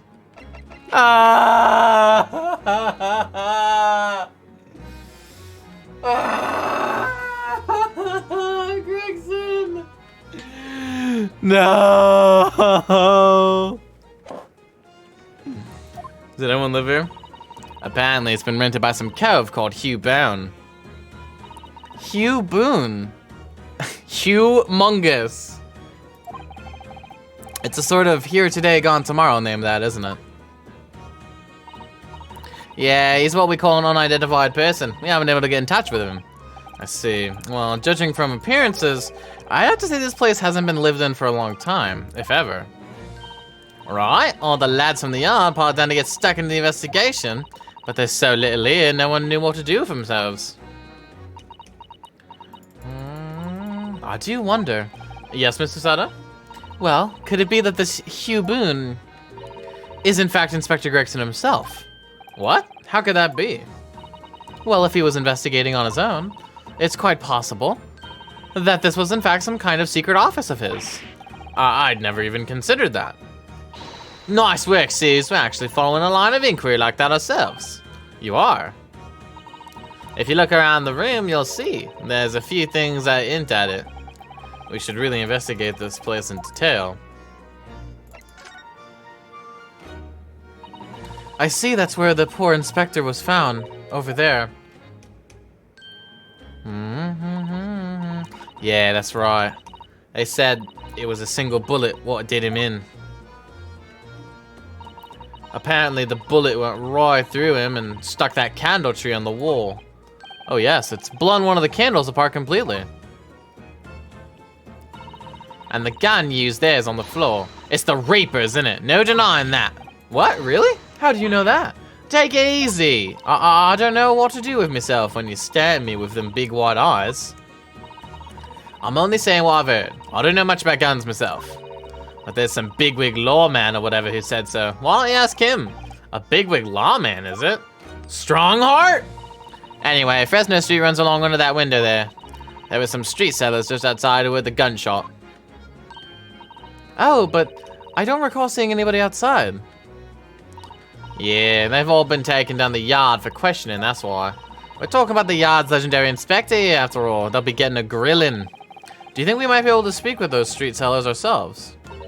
I doubt it. The lads at the yard will just want to know what you're snooping for, and you'll be up at a grilling and all. So we can't interview the witnesses then. Shame.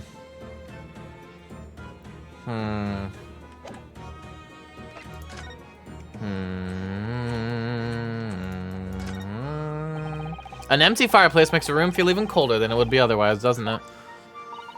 It's thick with dust, look. I think it would be fair to say it hasn't been used in a very long time. In other words, whoever lived in this room must have been extremely hardy in cold weather. Or nobody lived here at all and merely visited when the occasion arose. I wouldn't like to say which is more likely. No, that's right. It's one or the other. Man, dude, I can't believe he's dead. Gregson, man. The top of one of the candles in this candle holder has been completely blown off. Yes, there's wax spattered on the wall behind it, look. I suppose if a bullet hit it, it does seem likely that the bullet hit the candle, having first passed through the inspector's body. Ugh. Now that wax on the wall looks like blood to me.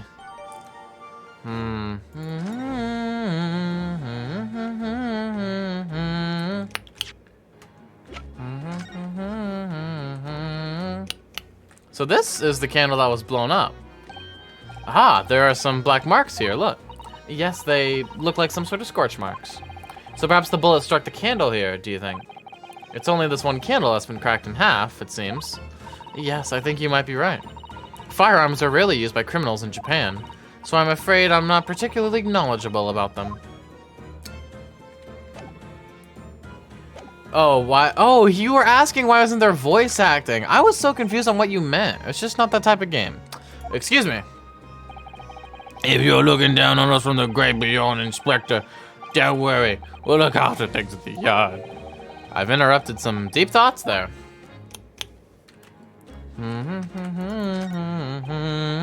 Excuse me. Sorry, sir. Can't see a thing, sir. Too many tears, sir.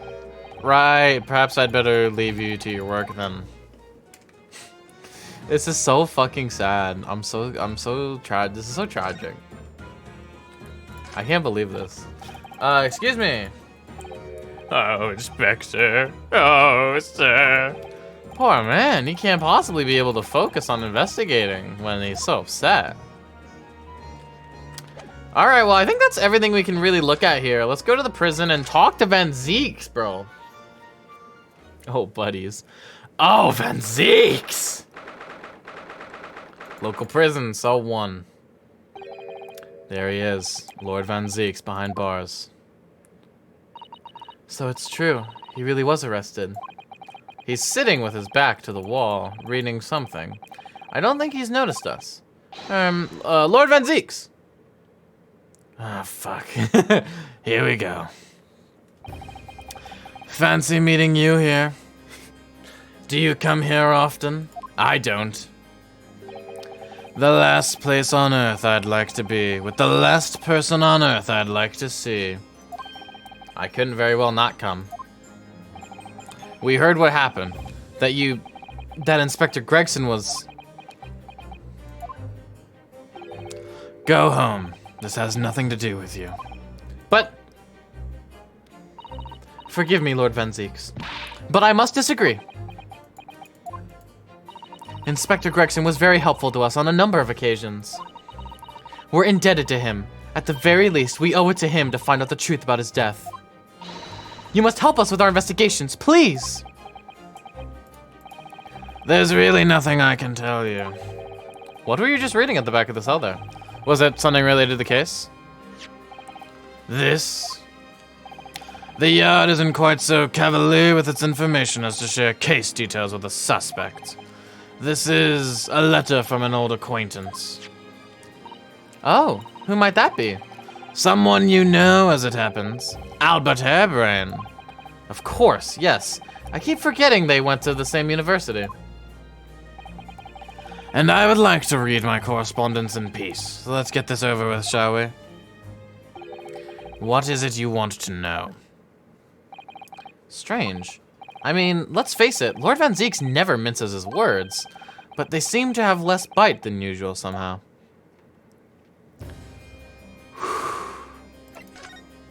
What happened? Can you at least tell us your side of the story, Lord Van Zieks? What happened? How much do you already know? We know that the inspector was shot dead in a small rented room on Fresno Street, and that you were found there by police when they arrived on the scene and immediately arrested. We were told that there was nobody else in the room and that some witnesses heard the gunshot. Then you're well informed. And there's really nothing I can add. The truth is, I don't know what happened myself. But the gunshot, obviously you didn't fire the gun, did you? I'm not in the habit of shooting the people I work alongside. I also heard the noise. However, before I had a chance to investigate, I was apprehended by the arriving officers. So he doesn't actually know what happened. If I might ask, what were you doing in that place to begin with? I don't need to answer that. Oh. After all, you're not representing me. He is going to need a lawyer, though. Maybe he could defend himself. He's definitely capable. I want to talk about Harebrain's letter first. After the trial, Professor Harebrain was supposed to go straight back to Germany, I thought. It's a letter to inform me of his safe arrival at home. I arranged his passage by sea and rail. It's a relief, I must say. He should now be beyond the reaches of the Reaper. Because the Reaper doesn't follow people abroad, you mean? Yes, so it seems. Your stupid little Nipponese friend, for example. You told me he was keeping well in Japan when I inquired the other day. Yes, that's right. He's an author now, happily working in Tokyo. So Professor Harebrain is safely back in Germany now. He is. Cereal when no milk. Who is going to be representing you in court, Lord Van Zieks? Anyone other than you, I should imagine. Huh. Would I be right in assuming that you have no representation as yet? Defense lawyers shy away from any trial involving the Reapers, I'm sure you know. But this is different. In my career, of all the defendants I've prosecuted, only 19 have ever been acquitted. Of them, 16 subsequently died in mysterious circumstances. Questions will be asked now. Wait, 16, 17, 18, 19.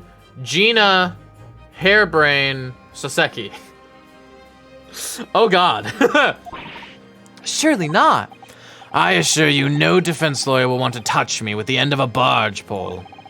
But you didn't actually have anything to do with those people's deaths, did you? Your voice for him has gone very gravelly. He's in a very dark place right now. And I like the gravelly tone. I think it sets him apart from like my other typical deep male voice. It's been 10 years now that I've been known as the Reaper of the Bailey. Also, during the cutscene, when we saw him like doing a lot of talking, he sounded quite like this. So I think it's actually kind of accurate to how he's supposed to sound. Believe me, nobody wants to know the true identity of the killer more than I. However, it seems things may come to a head before I have the chance to uncover the truth about that.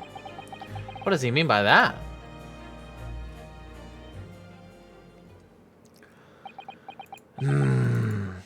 So, it appears our conversation has run dry.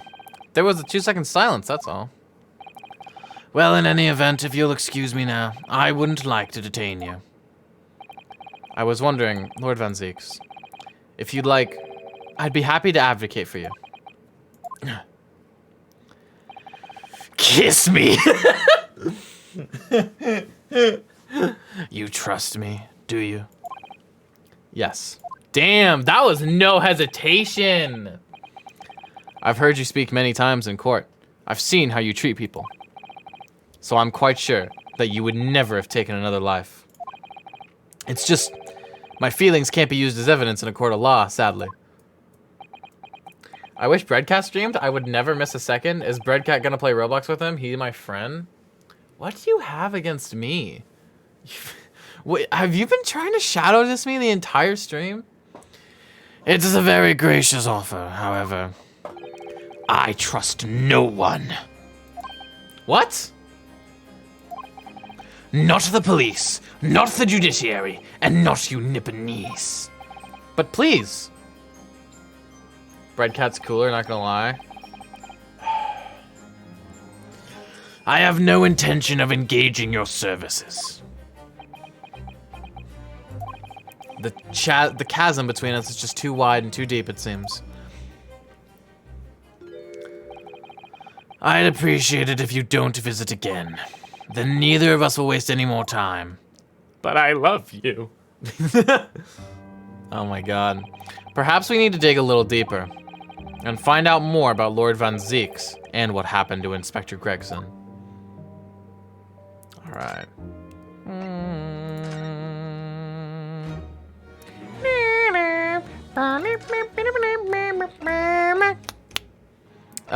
Okay.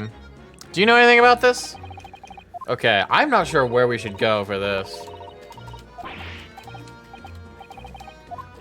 I'm not entirely sure what we should do.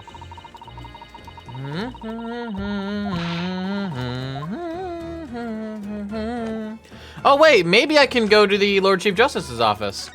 Even though I'm pretty sure that Lord Strongheart might be evil, but let's find out. Oh, why is it so dark, huh? Why is it so dark, Strongheart? Strongheart! Like, okay, every single suspicious thing that's happened in this game is tied to Lord Strongheart. Every single suspicious thing has his name floating around it. He has to be evil. He's like Daemon Gant, chat. Oh my god. Oh god. All the ice melted and is now floating on top of the soda. You've made good time. He looks like Gant too. I took an express train back to London. Who's he talking to? I can hear Lord Strongheart. Can you? Yes, it sounds as though he's talking to someone. Ah! Okay. Is everything in place? I had a private compartment on the train so I could check all the paperwork. It's Kazuma-sama. Who's Gant? A dude from a different game. You don't have to worry about it. Oh, your timing is impeccable. It is? No doubt you have heard the sickening news about the Reaper's latest devilry. Yes. I'm sure you don't believe it, of course, though, Lord Strongheart. That Lord Van Zieks could have done such a thing to Inspector Gregson. I believe only in the facts. And the facts in this case point to one thing. The unavoidable accusal of Lord Van Zieks for this crime. We must bring charges against the Reaper for taking the life of our legendary detective. Oh no, surely not. It's a truly regrettable situation. Tomorrow the Forensic Science Symposium finally begins. At the very least, though, we can show the world our justice system's swift and equitable processes. So does that mean the trial is tomorrow? Precisely. In fact, this is a fine opportunity for introductions. Kazuma. I sent you a DM. Do I have to redeem a check DM for that? Probably. No, you don't have to. I'll check it in a bit. Ah, but of course, you are already acquainted, aren't you? Mr. Asogi here will be present at tomorrow's proceedings. Leading the prosecution. Wait. What? Kazuma? As I'm sure you're aware, he's a very capable practitioner of law. Kazuma-sama? A prosecutor? Oh my god. I'm sure you can imagine that tomorrow's trial will be closely followed all over London. In fact, no, people all over the Empire will be watching closely to see how it unfolds. There's no salvation for anyone in a trial prosecuted by the Reaper of the Bailey. And now, the Reaper himself must stand in the dock. Quite so. The public want answers about the Reaper. Answers about how and why those who escaped conviction subsequently died mysterious deaths. At this rate, Strongheart's gonna be the fucking judge or some bullshit? Probably. I could see that happening. But Lord Van Zieks firmly denies any involvement in such matters. And there have been thorough investigations that have proven him to be innocent. That's certainly true, or it has been at least until now. Ah. No, tomorrow's trial will mark the start of a new chapter in our country's great judicial history.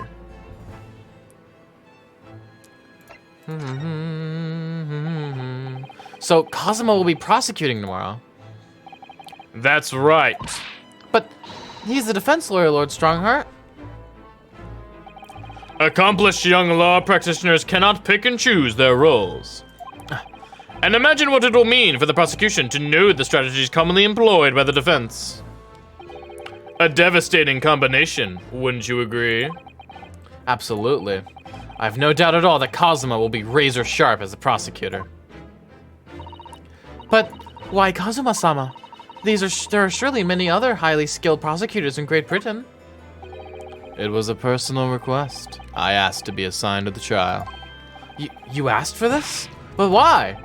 It'll all become clear tomorrow. I'm guessing you intend to stand for the defense, don't you?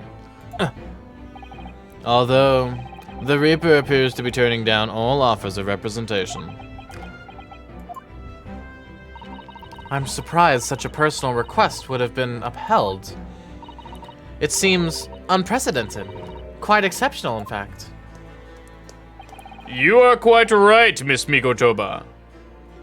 Tomorrow's trial will be unprecedented and exceptional in every way. Ah, After all, the accused is one of Britain's greatest prosecutors, the pride of the Empire. It would be unwise to give the public a reason to perceive it as the judiciary closing ranks. so that's why you're happy to let a foreigner handle the prosecution? Ryunosuke, let's see how your skills have been honed after practicing law in this land for so many months. Kazuma, I don't understand why you're being so hostile to me now. This isn't going to end well, my friend.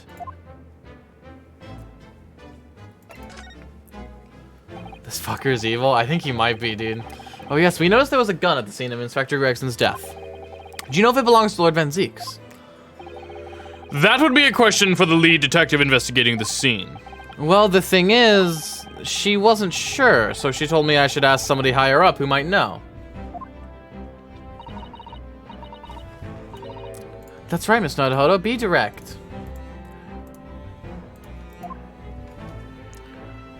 It's certainly a model that's issued to all personnel involved in law enforcement, yes. Which includes prosecutors, as I'm sure you can imagine. But Van Zeeks doesn't own a gun, because if he had owned a gun, he would have used it instead of his sword when he was attacked. Last chapter. Oh, I'm not doing Obama! In that case, it actually could have belonged to the victim. No, Gregson had his gun on his person. What about Lord Van Zeeks? He claims it's currently not in his possession. What? According to his story, he lost it. In short, it's more than a little suspicious. But just because the gun in question is the same type as the defendant's is no proof that it's actually his. Bro, Rami, what the what are you doing, man? What are you doing? You're gonna leave because I'm not gonna do a voice impression of Obama? You're really gonna do that? Are you serious? Like, that's so, childish. No, of course not. Nevertheless, the situation is grave for Lord Van Zeeks. And other stuff? Like what? Because I timed you out? Because I didn't want you telling my mod that they were nerd and not cool? My only rule in chat is to be nice to each other. That is my one rule.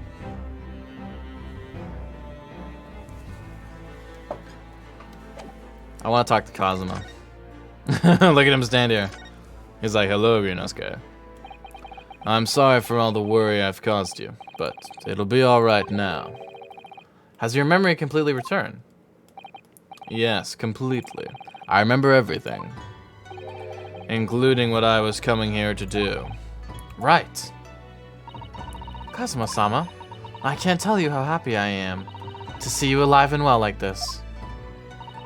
But how did you come to be here in London when you were suffering from amnesia? It was the voice. This past year, I've been hearing it in my head constantly, saying the same thing over and over. Go to London. That's where your destiny awaits. It was that voice that guided me here to London. I'm so sorry for what's happened. Anyway, my memory might have returned to me.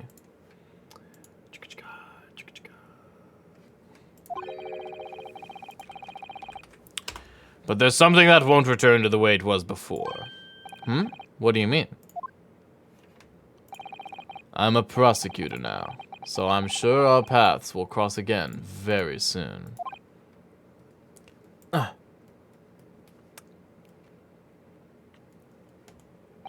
It doesn't look like we're going to glean much more here. Well, thank you very much, Lord Strongheart. Remember, tomorrow's trial will go down in our empire's history. There's much you could learn from the public gallery. Sorry to have taken up so much of your time. We'll see ourselves out. Hold it! Oh, shit. Before you go, Ryunosuke. Oh, what is it, Kazuma? I just wanted to thank you. Kazuma-sama, what? You took my determination to heart and brought it with you over the ocean in my stead. And you carried out my role to perfection. You always were intent on studying British law in order to change our own justice system. It was your dream, and Miss Nodohodo didn't want that to die with you. Yes, but I had another purpose for coming here. Oh. I actually have a favor to ask. Which is? This trial I'll be prosecuting tomorrow. I'd like you to be there to see how it ends. Right in front of me. As the defense counsel. Why? What's this all about? I know you have what it takes. But Lord Van Zieks would never put his fate in my hands. On the contrary, he recognizes your talent. He does? It's not easy to see behind that facade sometimes. Here, have a look at this. Oh! Whoa! Oh my god, Gregson! No! That's Lord Van Zieks and Inspector Gregson. In a photograph that must have been taken some time ago by the look of it. That must be Clint. Who's the third person? It was displayed very prominently in the detective's office. The detective's office! Gregson, no! In Gregson's office, you mean? Yes. What I'm trying to say is, if you really think you can trust the Reaper, you might find that some straight talking makes him take a different view. Take it. Oh my god.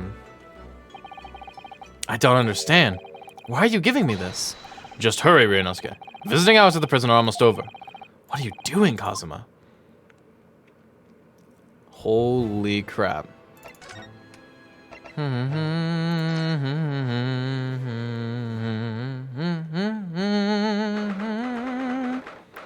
First November, local prison, someone.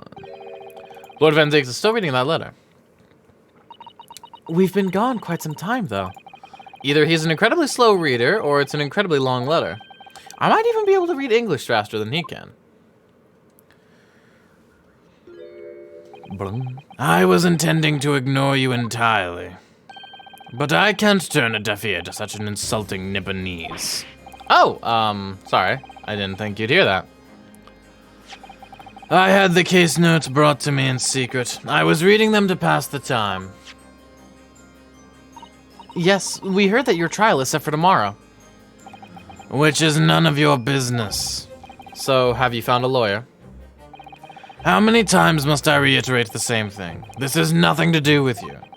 In other words, no.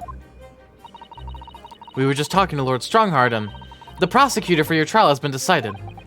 I'd expect nothing less, though I have no idea who it is. It's going to be Kazuma Asogi. Hey, why do you not want to do Obama? Maxwell, don't butt into it, okay? No, I'm serious. Asogi! That made the color drain from his face. Well then, it seems I'm going to have to engage in conversation with you again after all.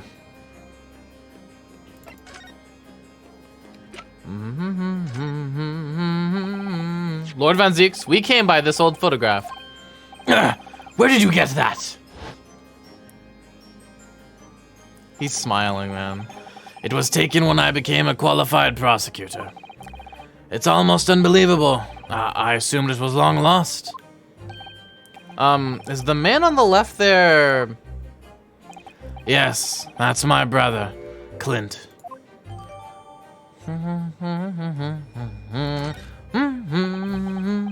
It had to be, really. Apparently, this picture was prominently displayed in Gregson's office. He had a deep respect for you, you know. Were you aware of that? Respect? That's nonsense. No, we've heard someone attest to it very clearly. Inspector Jean Lestrade, no less.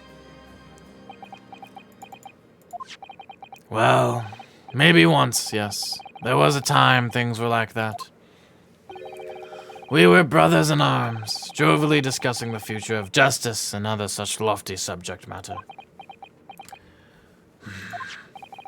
That was a nice glimpse of the past. I thank you.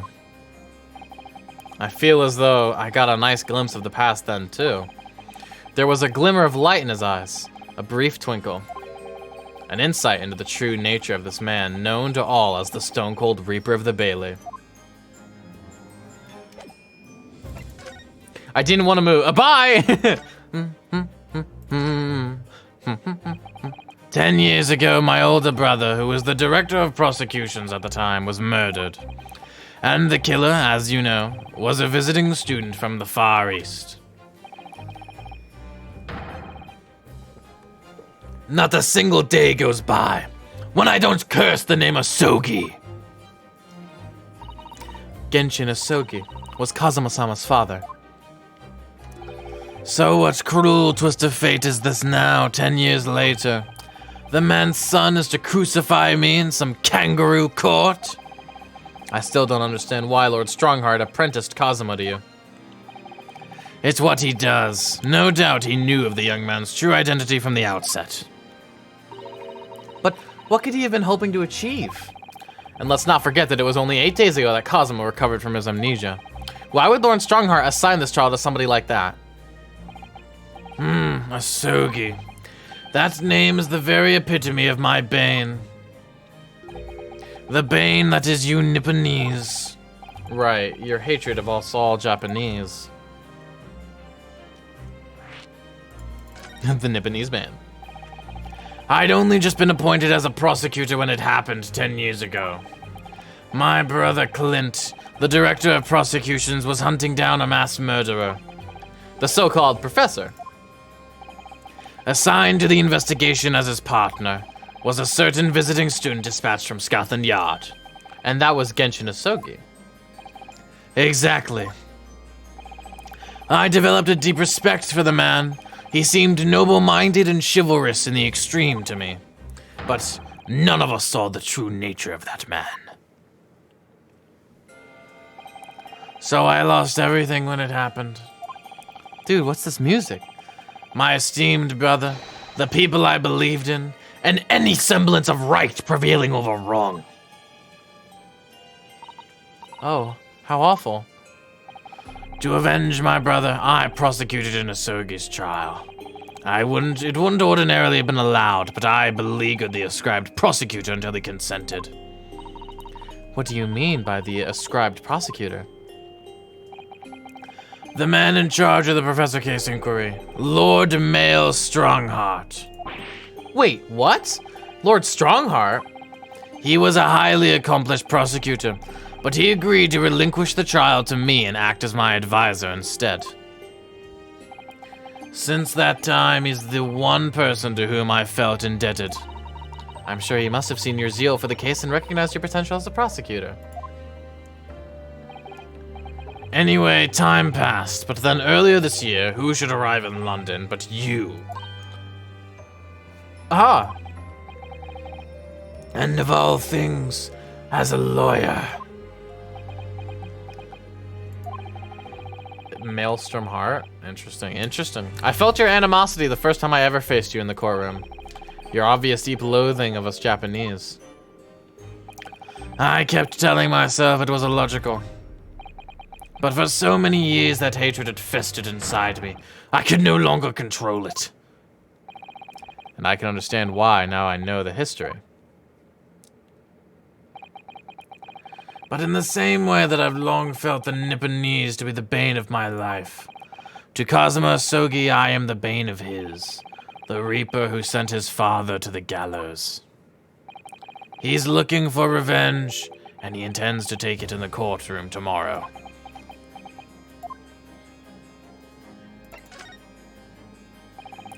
Gregson's transfer to the Paris police prefecture had finally been arranged for the coming month. But he'll never make it to France now. It's a tragedy. Oh yes, come to think of it, he did mention something about that, didn't he? I wonder, does it happen often? Being transferred internationally, I mean. It's the first time I've ever encountered it. Oh. The Paris police welcoming an English detective is almost inconceivable. I can't imagine what kind of magic Gregson must have worked to put that arrangement in place. It sounds like that mystery has even the Reaper perplexed. I'm afraid to say that we were very ignorant about Inspector Gregson's standing. We hear that he was considered something of a legend at Scotland Yard. Don't play his theme! Again, it was 10 years ago that he first made a name for himself. By uncovering a decisive piece of evidence that exposed the professor's identity. If it wasn't for Gregson's singular approach to the case, the discovery would never have been made. What sort of approach? After my brother's life was taken, the inspector pushed for a full autopsy. Oh my, 10 years ago? Why is that so surprising? Autopsy was considered a desecration of the body at the time, and rarely performed. And my brother was of course a noble. That made the idea of it even more unthinkable. But something Gregson had dug up in his investigations made him determined it was necessary. His powerful conviction somehow influenced the House of Lords, and as a result, I could avenge my brother's death. So, you must have had a great confidence in the inspector's abilities then. And it's even more inconceivable that you would have taken his life. Inspector Gregson. Oh man. About the gun used to shoot the inspector that was found at the scene. Ah yes, that's not mine. Really? Because common opinion seems to be that it is. What do you expect me to say to that? Lord Strongheart informs us that you claim to have misplaced your firearm. As embarrassing as that is, I'm afraid it's true. When did you lose it then? That I don't know. Oh. I was issued with a revolver when I first became a prosecutor 10 years ago. I must have stowed it somewhere, I suppose. Or left it somewhere, perhaps. You have something in common with Lord Van Zeeks after all, Mr. Naruhodo. A talent for misplacing things. No, this has nothing to do with me. Don't drag me into it. Don't make the mistake of associating me with this Nipponese. Oh dear. The rift is very wide, isn't it? So it's not decisive evidence, clearly. But it doesn't look good, that's for sure.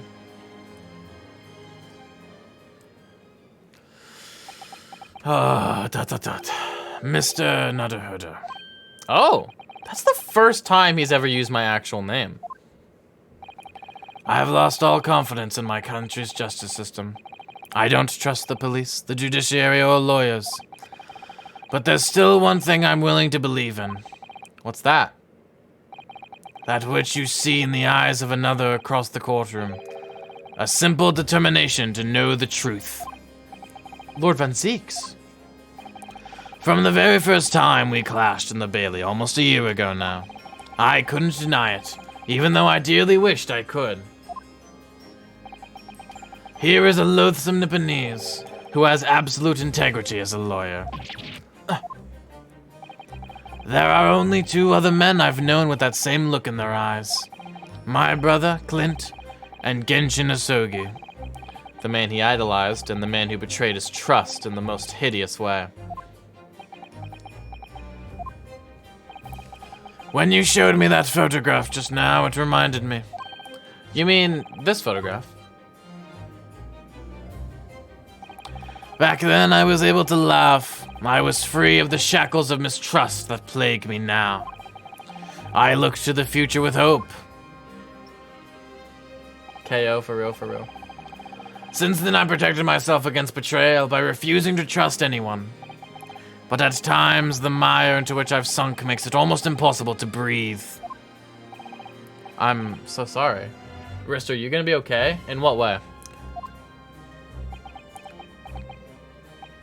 So, Mr. Naruhodo, I want to believe in that look in your eyes. I need to believe in it.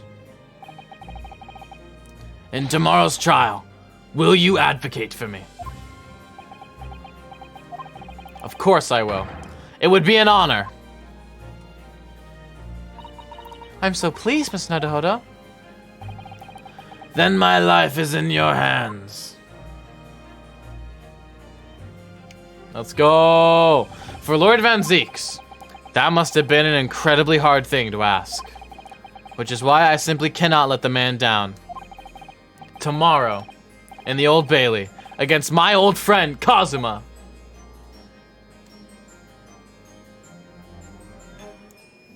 Wow. That was epic. This is a great chapter so far. This is amazing.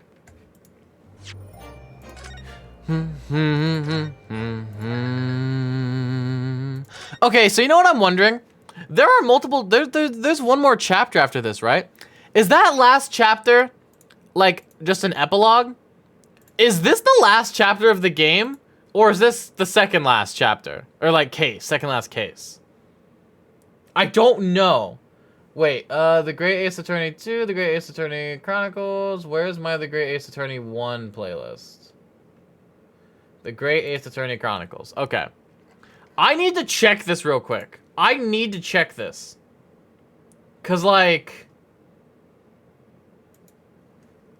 I just need to see if the last chapter was an epilogue or if it was like an actual chapter. I just have to see.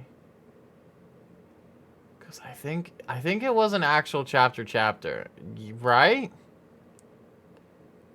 Yeah, the last one must have been an actual chapter. Okay. Okay. Just give me one more, just like one more second, chat. Just give me like one more. Okay, let me go back. The last one was the Hound of the Baskervilles, right? And there wasn't like a... Yeah, okay. So chat, how is there one more chapter after this?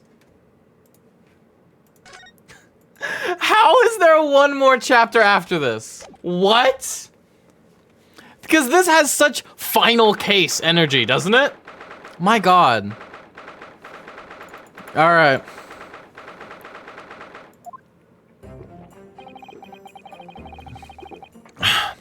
There's that old familiar feeling again. The crushing pressure of this historic courthouse. Actually, no, it's a little different today. There's an even more menacing tension in the air. There's a menacing tension in the air here today, isn't there? I suppose. Yes, I think so. It can only be the result of the menacing appearance of the defendant. A little more courtesy, if you please. Oh my, I do apologize. However, you're certainly not mistaken that this trial is far from ordinary. What do you mean? I'm not privy to the details. However, I understand that no jury has been selected. A trial without a jury? Well, that's just like the trial of Professor 10 years ago. A closed court. Good morning, my dear fellows. Mr. Sholmes. Have you made note of my hair, Miss Naruhodo? An outright victory for science, you must agree. To be perfectly honest, so much happened yesterday that, well, I completely forgot about your little hair problem. Huh, what to one man is a little hair problem is to another day a drinking dubious potion after dubious potion. You have no idea how many stomach ails me this morning. Oh dear, how awful for you. This is his natural hair color, it's okay. This is what it's supposed to be. I'm afraid you only have yourself to blame, Mr. Sholmes. And good morning to you, Mr. Reaper. I'm delighted to see you looking so full of vim. And I see London's celebrated great detective is as active as ever. Oh, you exaggerate, my dear fellow. Compared to my paltry engagements with a few trivial cases, the Reaper's overbearing presence is a far greater deterrent to the black roots of crime in our capital. And whilst I may not agree with your methods, there is at least one point on which I would readily commend you. What an honor. And that would be? Your eye for a good lawyer, sir. Mr. Sholmes. After all, behind this lawyer there's a very great mind. My own. What are you trying to say? Oh, they fucking. I wish to say that you should be prepared for quite a trial, Mr. Reaper. Sorry to barge in. Sorry to barge in. What? Why's she got an armband? What is that? Gina. What's that on her arm? Oh, it's a mourning band, I suppose. Oh. Father, shouldn't you be at the symposium? It's been postponed, so I have some free time. I decided to come along with the police inspector to see our country's up-and-coming student in action. I shall be very interested to see the fruits of your studies over the past year. Well, it's an honor to have you here. Let's hope there are some fruits to see. Oh, dear. Oh, yes, Gina? Why'd you agree to this, eh? Why'd you take him on? It's Reaper bloke. Everyone says it was him. What killed the boss? I'm sorry, Gina, but I just don't believe that. Well, if it weren't him, who was it? I don't know that, yet. I don't care who calls him what. The Reaper's just a name. He's just a person at the end of the day. And if it turns out it was him who killed the boss, then God help him. Fiery eyes indeed. Yes, the culprit deserves every ounce of your loathing. Eh? At least that may be some solace to the deceased. God, she's gonna break my heart. But please, Aldo. Get whoever did this for the boss. God, oh Gina. I hate feeling this useless, but there's nothing I can do. So you gotta find who done this and make the wretch pay. All we get is answers only. Make your way to the courtroom at once, please. Hey, now I get to reuse my Gregson voice for the bailiff. Alright then, here we go. Now I have a bailiff voice. Great. God. It's time, Miss Nodohoda. Lord Van Zeeks. What are we gonna do when we finish this chapter thing? Bro, I don't know, man. Because there's apparently one chapter after this. The one who lost both his treasured brother to a mass murderer. Oh. One who lost his treasured father in a foreign court of law. And one who lost the man who helped her escape destitution. Pretty much her father, essentially. All that misfortune, all that pain, on course to collide headlong in this trial. It's time to shine a light on all these dark events. Whoa. And whatever truth is revealed, we're going to have to look it straight in the eye. Why did it show Sholmes there? Why did it show Sholmes?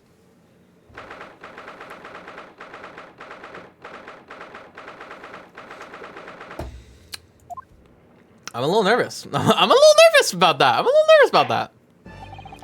In the name of Her Majesty the Queen, I hereby declare this court to be in session. We are here to conduct the fair and just trial of the defendant, Barak von Zeeks. Counsels for the defense and prosecution, are you ready to begin? There is literally no jury. The defense is ready, my lord. The prosecution is more than ready. Oh, Kazuma-sama. I've been wishing to see you in court again for so long, it feels. But I never pictured it happening like this. I never thought I'd be facing you behind the prosecution's bench. The so-called Reaper of the Bailey has been a scourge like no other, undermining Her Majesty's justice system. Damn, everyone's turning on him! Like, the judge was like, Lord Van Zeeks is so great. And now he's like, he's a scourge on our nation. I'm like, dude!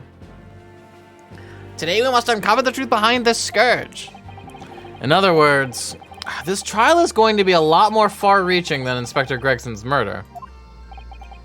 The truths revealed by these proceedings may have unprecedentable repercussions throughout the judiciary. Accordingly, they are to be conducted as a closed trial with no members of the public present. By Her Majesty's direct orders. How will that work, my lord? The burden of all arbitration and education falls on my shoulders. Therefore, as you will see, the jurors' bench shall remain vacant today. If no members of the public are present, might I ask who is currently occupying the gallery, my lord? They are members of the judiciary, here to witness proceedings and ensure an equitable trial. Members of the judiciary? Oh my, this is a very unusual trial already. There is, of course, another unprecedented aspect to these proceedings on which I must elaborate. The counsels for the prosecution and defense are both aliens of Great Britain. Damn, what a old man way to refer to us, huh? I believe it takes an outsider to see the truth sometimes. And as I stand here in this courtroom now, I'm quite certain. This is the reason why I had to come to Britain. Kazuma? Very well, let us commence proceedings. Prosecutor Asogi, your opening statement, if you please. Certainly, my lord. The incident took place on 1st November, just after 5 o'clock in the afternoon. The location was a building on flats on Fresno Street on the outskirts of the city. The victim's body was discovered there in an old single-room rented property. Yes, Inspector Tobias Gregson, a name known very well indeed to this court. Not least for his miraculous resolution of one of this country's grimmest cases 10 years ago. The Professor case. How sure are you about the time of the incident? Several witnesses on the street outside heard the gunshot, and have all reported the same time. Yes, that's what Gina told us too. Rister, what's up? There were a number of witnesses. I have a plan of the room. The victim was found curled up in one corner. It's believed that he was shot from the front at point-blank range and died instantly. How has the range been determined? There were scorch marks around the entry wound. Such marks are caused by the gunpowder used to fire the bullet. But powder hot enough to leave scorch marks is only ejected a few inches beyond the end of the barrel. In other words, it only happens when the target is at point-blank range. My voice is starting to hurt from all the voices, I'm not gonna lie. I see, yes. Thank you for the detailed explanation, Counsel.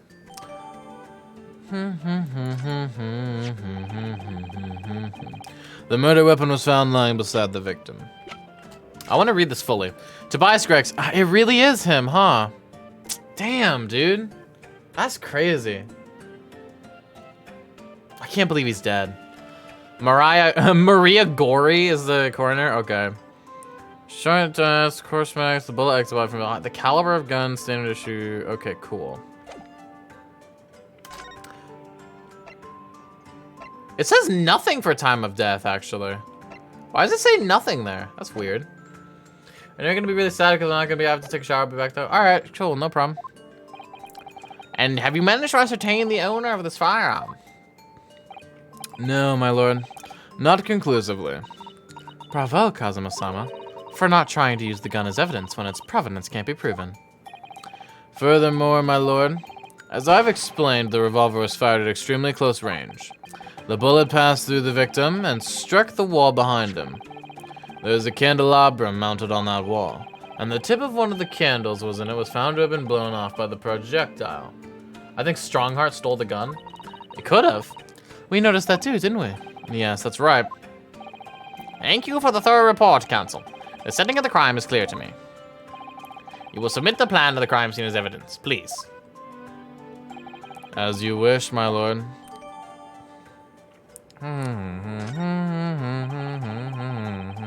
Is this Fresno Street room Inspector Gregson's private abode? No, my lord. The room is rented to a Mr. Hugh Boone. But there is precious little furniture inside, and it is generally in a poor state of repair. So what on earth was Gregson even doing there? Presumably he was investigating some case or other. When a policeman was informed of the gunshot from the witnesses and rushed to the scene, he found only the deceased inspector and the accused standing alongside, holding the revolver. Holding it? The attending officer arrested the accused on the spot. So, the details of the case are clear. In that case, the prosecution would like to call its first witness. A name, please, counsel. Naturally. The accused himself. Lord Van Zieks. As a prosecutor, he believes in the oath of office he's taken, and will be compelled to tell the truth. Very well. Let the defendant take the witness stand.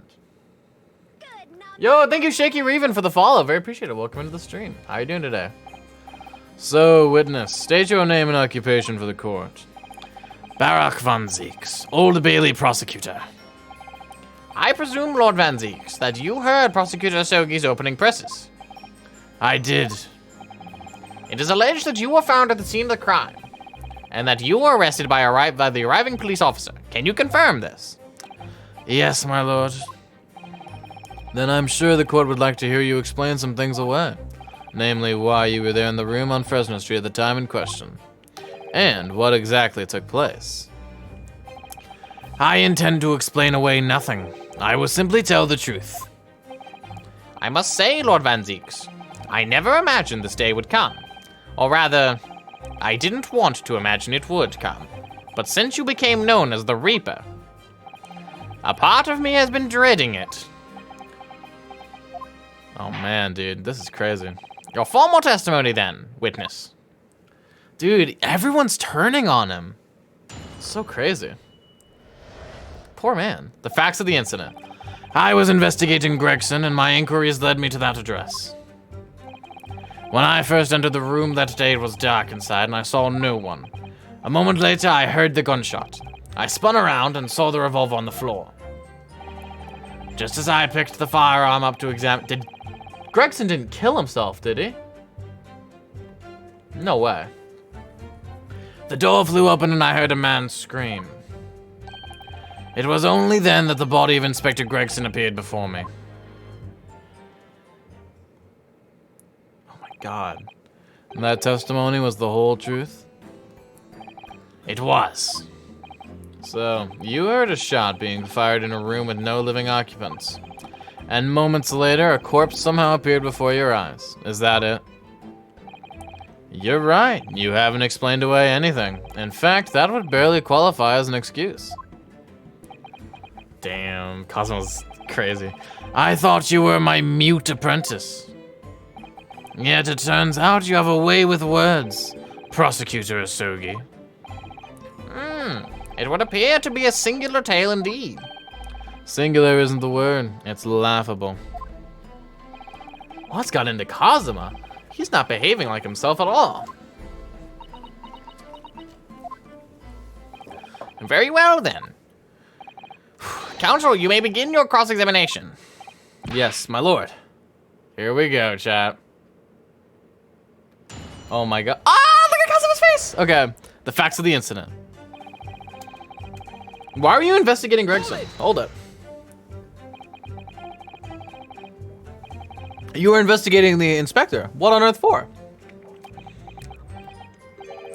I'm not at liberty to say. Sorry? I'd identified a distinct possibility that Gregson was involved in a case I was investigating. Regrettably, though, he was killed before I could secure the proof I needed. Is the court to understand, then, that on the day in question, you followed the victim to the scene? No, I was privy to his movements in advance. How? I stole into his office in the yard and consulted his diary. The address on Fresno Street was noted in the 5 p.m. entry. You illegally entered the man's office? In Japan, that alone would constitute a very serious offense. As it does in Great Britain, I assure you. Is that not the case, Lord Van Zieks? I was aware of the possible consequences. So, in summary, you were investigating the victim. And yet, you refused to tell the court why. Holy crap. I didn't realize British prosecutors enjoyed such freedom to choose what to divulge under oath. Why did I ever think I could defend this man?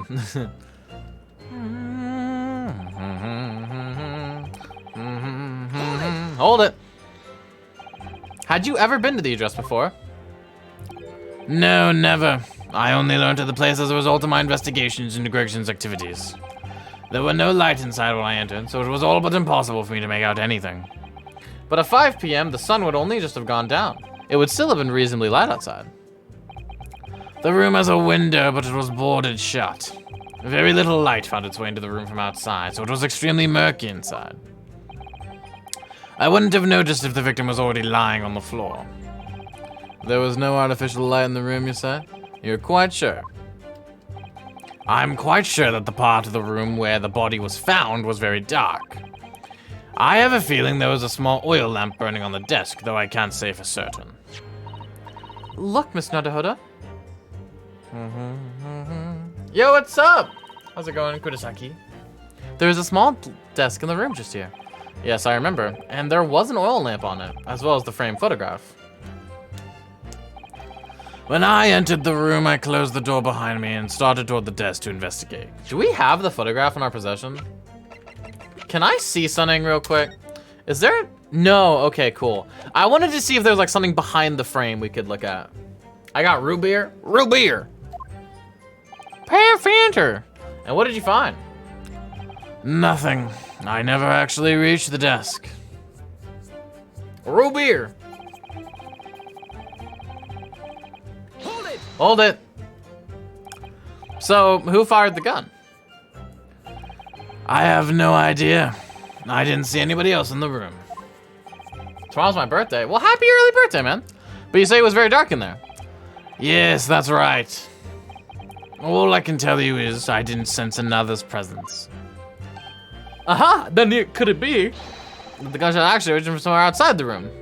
No, that's out of the question. Oh. Without doubt, the sound emanated from inside the room. I could smell the gunpowder. This is going from bad to worse. And you say that's the point at which you noticed the revolver on the floor? Correct, and I foolishly picked it up. That was carelessness on my part. Presumably then, the gunshot you heard came from the firearm that you somewhat hastily took in your hands. In point of fact, my lord, I believe it did not. What? The barrel of the revolver I picked up was cold, and there was no smell of spent powder. But then, where on earth is the gun that was fired? Whilst I would like to oblige you with an answer, I'm afraid I can't. I too would dearly like to know that. Can we open the gun's barrel and see if there are bullets inside of it, please? So this is the type of revolver that's standard issue for members of the judiciary, then? Yes. There was no slam.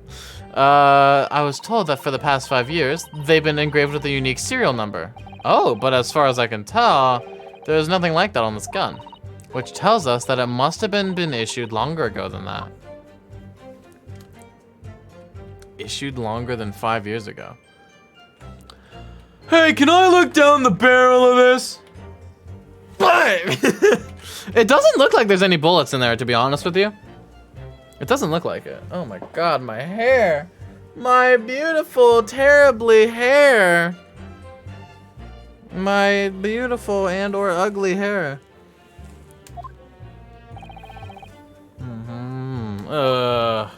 So blanks? Maybe. Just as I picked up the firearm to examine it, the door flew open and I heard a man scream. And the scream sounded like this. Ah! Von Zeke's attempting to mimic a girly scream is gonna be my new favorite thing ever. A man, you say? One of the witnesses, I presume? That's right. One of the street merchants working on Fresno Street. I have a question. What's your question, soldier? Who are these merchants? A number of them had set up their stalls directly beneath the boarded window of the crime scene. A man seller and his market peddler. Saying they heard a gunshot. And without thought of danger, they ran inside to see what had happened. Yes, Gina told us about that yesterday, didn't she? Your voice for Judge perfectly, by the way? Thank you. They burst through the door with some force, it would seem. They did, and almost gave me a heart attack in the process. But you're supposed to be the Reaper. The first man to come in immediately noticed the revolver in my hand and fled.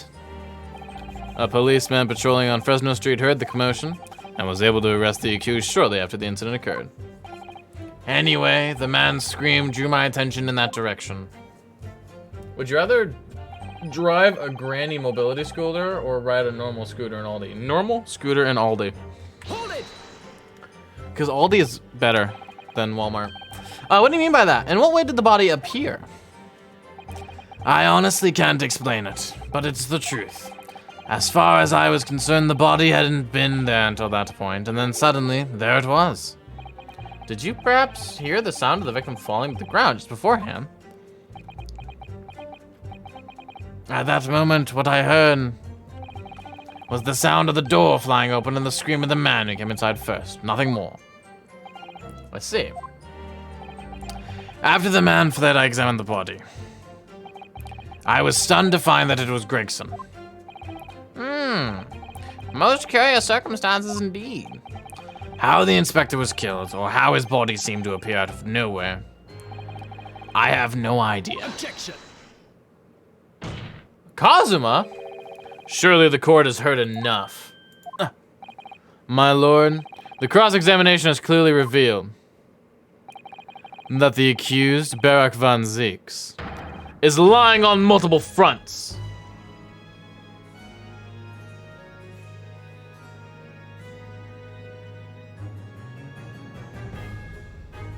OBS, can you behave for once in your goddamn life, OBS?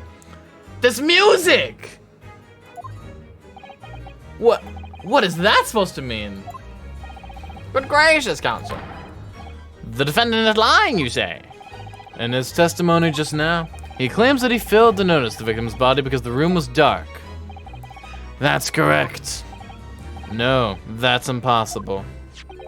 As proven by this candelabrum. How does that prove anything? If you examine the tip of the long candle, you can see it has been blown off by a powerful impact. One would assume that the projectile from the firearm passed through the victim and struck the candle. It's like, it's Kazuma's theme combined with Barak's theme. Oh my god. The problem comes when you consider the other two candles, which are clearly of a different length. Yes, I can see that. Only the candle that appears to have been struck by the bullet is long. We could reasonably expect someone to have lit all three candles together, which begs the question of why only one has ended up longer than the others. That must be because the particular candle was extinguished when the others were still burning. Ah! That's right. When the candle was hit by the bullet, it obviously went out. But the other two candles would have still been burning. So the fact is, the victim's body would have been illuminated by the light still thrown by the candelabrum. And the accused's claim he couldn't see the body clearly contradicts those facts. And now, to the next lie. There's more? The accused also claims never to have visited the scene of the crime before. That's the truth. In that almost empty room, the police discovered something very unusual. A board covered from top to bottom in police documents and newspaper cuttings. Yes, that's right. We saw it too. It goes without saying that the contents of the police documents cannot be divulged. However, they included a number of reports from various historical cases, the oldest of which was from 10 years ago. 10 years ago? This is starting to sound familiar. And there is a common thread linking all of the documents on that board. Indeed. What is this common thread, counsel? All these nuts? God damn it. You okay, cool. Fair enough. They're all related to cases prosecuted in court by Barak van Zieks. All of them? And furthermore, all those cases are ones in which the defendant was acquitted. Good lord! Interestingly, none of those defendants are alive today, because all of them have been sent to their graves by the Reaper. Ah! Oh no! In short, that dingy little room is the Reaper's secret hideout and his base of operations. The Reaper's hideout? And yet the Reaper would claim never to have been to his own secret hideout? No one would believe that. No, the truth is, we've been looking at this backwards. Backwards? Explain, counsel. Pecan, cashew, or that. I like pecans a lot. I like cashews though too. Inspector Gregson was investigating the identity of the Reaper. When he discovered the location of the man's secret hideout, he was killed. As I'm sure everyone can imagine. By the Reaper's hand. What? What? Look at how he's stanced so gaily. Order, order, order!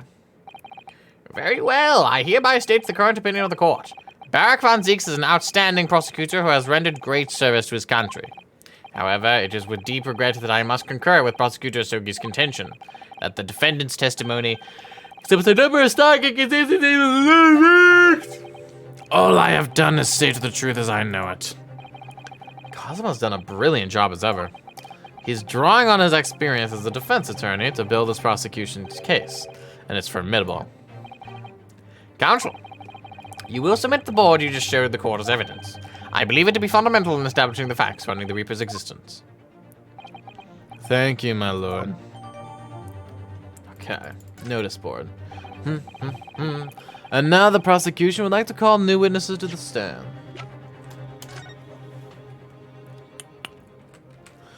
I fucking knew there'd be sunning. Oh, what's this? This is Naruhodo. Look! Ah, yes. It's the smudge of some kind. In fact, it looks just like a handprint. And the color. That's blood, isn't it? Oh dear, how disturbing. Okay. I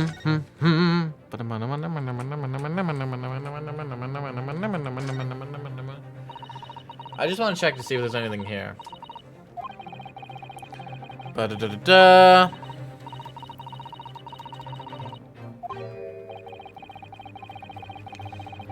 Yeah, but there's the Red-Headed League advertisement. What the hell's about that?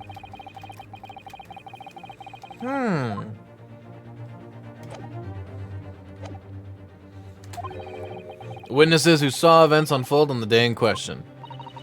They were mentioned in the previous testimony too, if you remember. Yes, the street tellers who heard the gunshot and went running into the room. Cosmo is definitely the killer, either him, Sus Girl, the jailman, or the judge. I think it's none of those, actually. Very well, lead the witnesses in. The defendant may step down from the witness stand. Certainly, my lord. Thank God I don't have to do his voice for a while, because his voice is kind of killing my throat. Beppo! Beppo lost his job! Oh no, Beppo! Poor sweet soul Beppo! Oh my God. So, witnesses, state your names and occupations to the court. Names? We don't use names. Far too fancy for the likes of ours. We're just free and easy, so we live where we want to live. I give them all a vacant stares that walk down Fresno and spit up a few words and delivers for them. Would I be right in assuming that all three of you make your living by selling wares on the street? Everyone calls me Gossip. I sell jaunty little tidbits to passers-by, you know. Jaunty little tidbits. Got an absolute smasher for you, sir. Right up your general it is. 6 pence is the price, and not a penny less. Wait, you're actually trying to sell it to me now? Oh, come on, sir. Don't tell me you're not interested. Try the man. Give him the money and see what it is. Pay the man, counsel. Pay him, go! All right, 6 pence it is. Damn. You won't regret it, sir. Now, get your destinators on.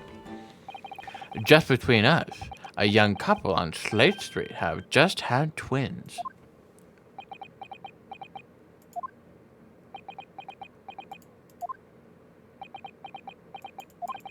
Is that it? No, that's not it. It's gossip, isn't it? It wants to spread. But that bit's up to you and your mouth, of course. I've got more, you know. Want another juicy one?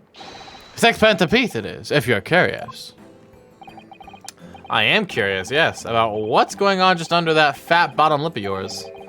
Namely that unusual bruise or whatever it is that's poking out of your collar. What about the next witness then? What name do you go by and what do you sell? Me, I'm Venus. Little Red Riding Hood. That's what everyone calls me. Funny, innit? Okay, I'm gonna give her just a touch of Gina-ness, but not too much. Too much would do it not good. Also, these lovely little fireworks for all the local school kids. On her ass! 6 pence a pop. What'd you say?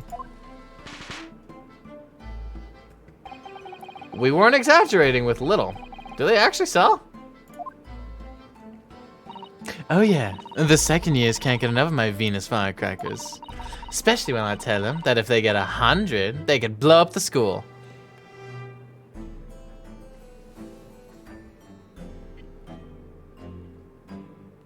America! Fuck yeah! Not the most savory of ideas, young lady. What'd you say then, eh? Want a pot with 6 pence for a pot? Did she just kiss the fireworks and then wink at me? Cat, she's a good saleswoman. I could fix her.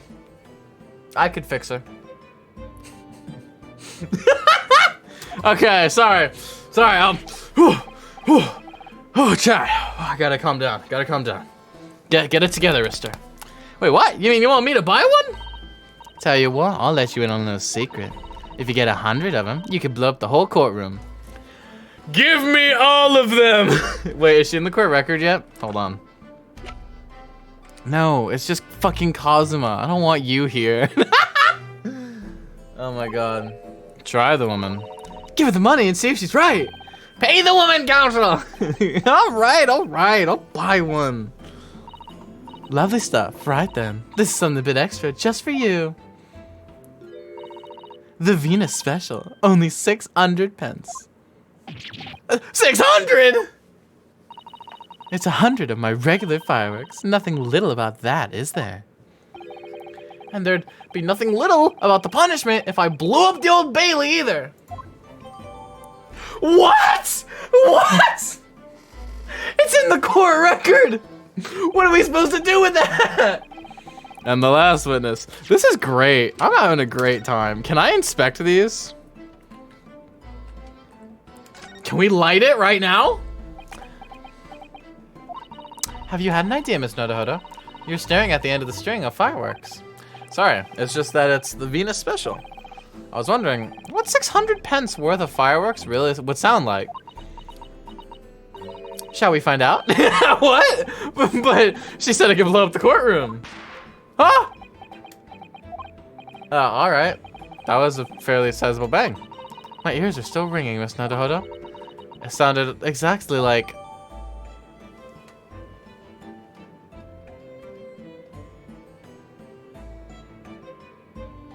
Oh my god!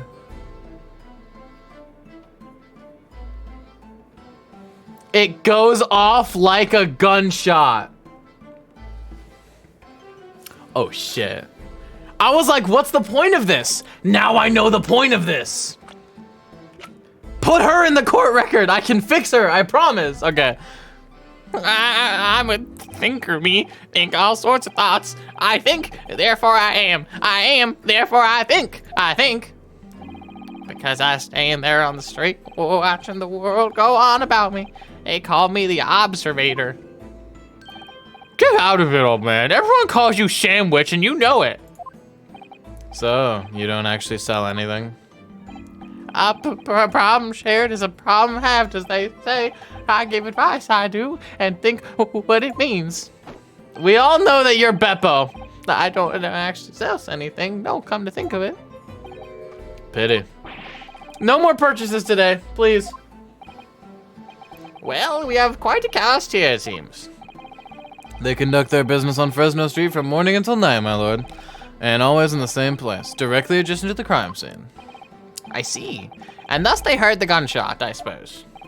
Not only that, but they very bravely ran inside to see what was going on and witness the crime. Will I be beggared, I thought, just between us. Venus de Milo, what am I to do? What a terrible thing I saw. What I think is, if what we see is light and shadow, but playing with our eyes, is any of it real? Very well. The court will hear their formal testimony of these three witnesses now.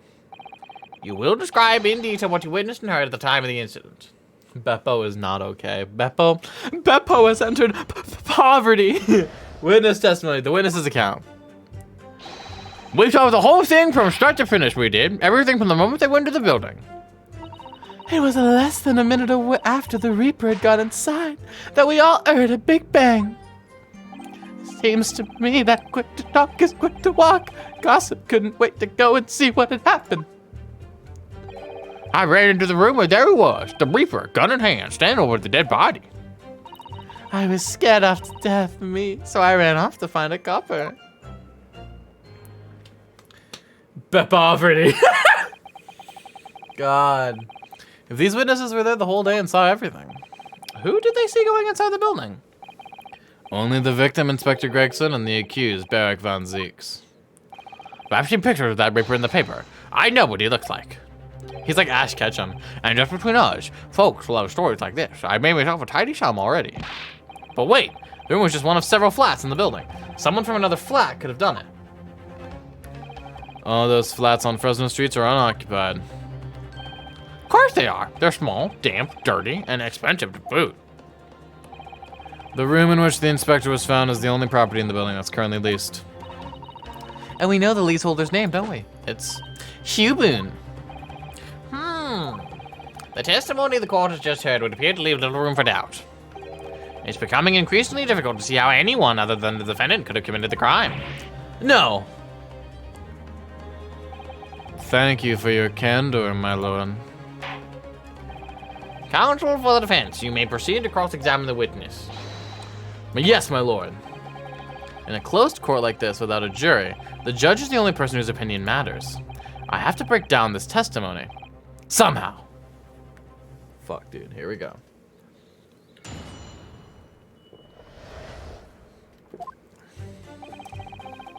Let's just press.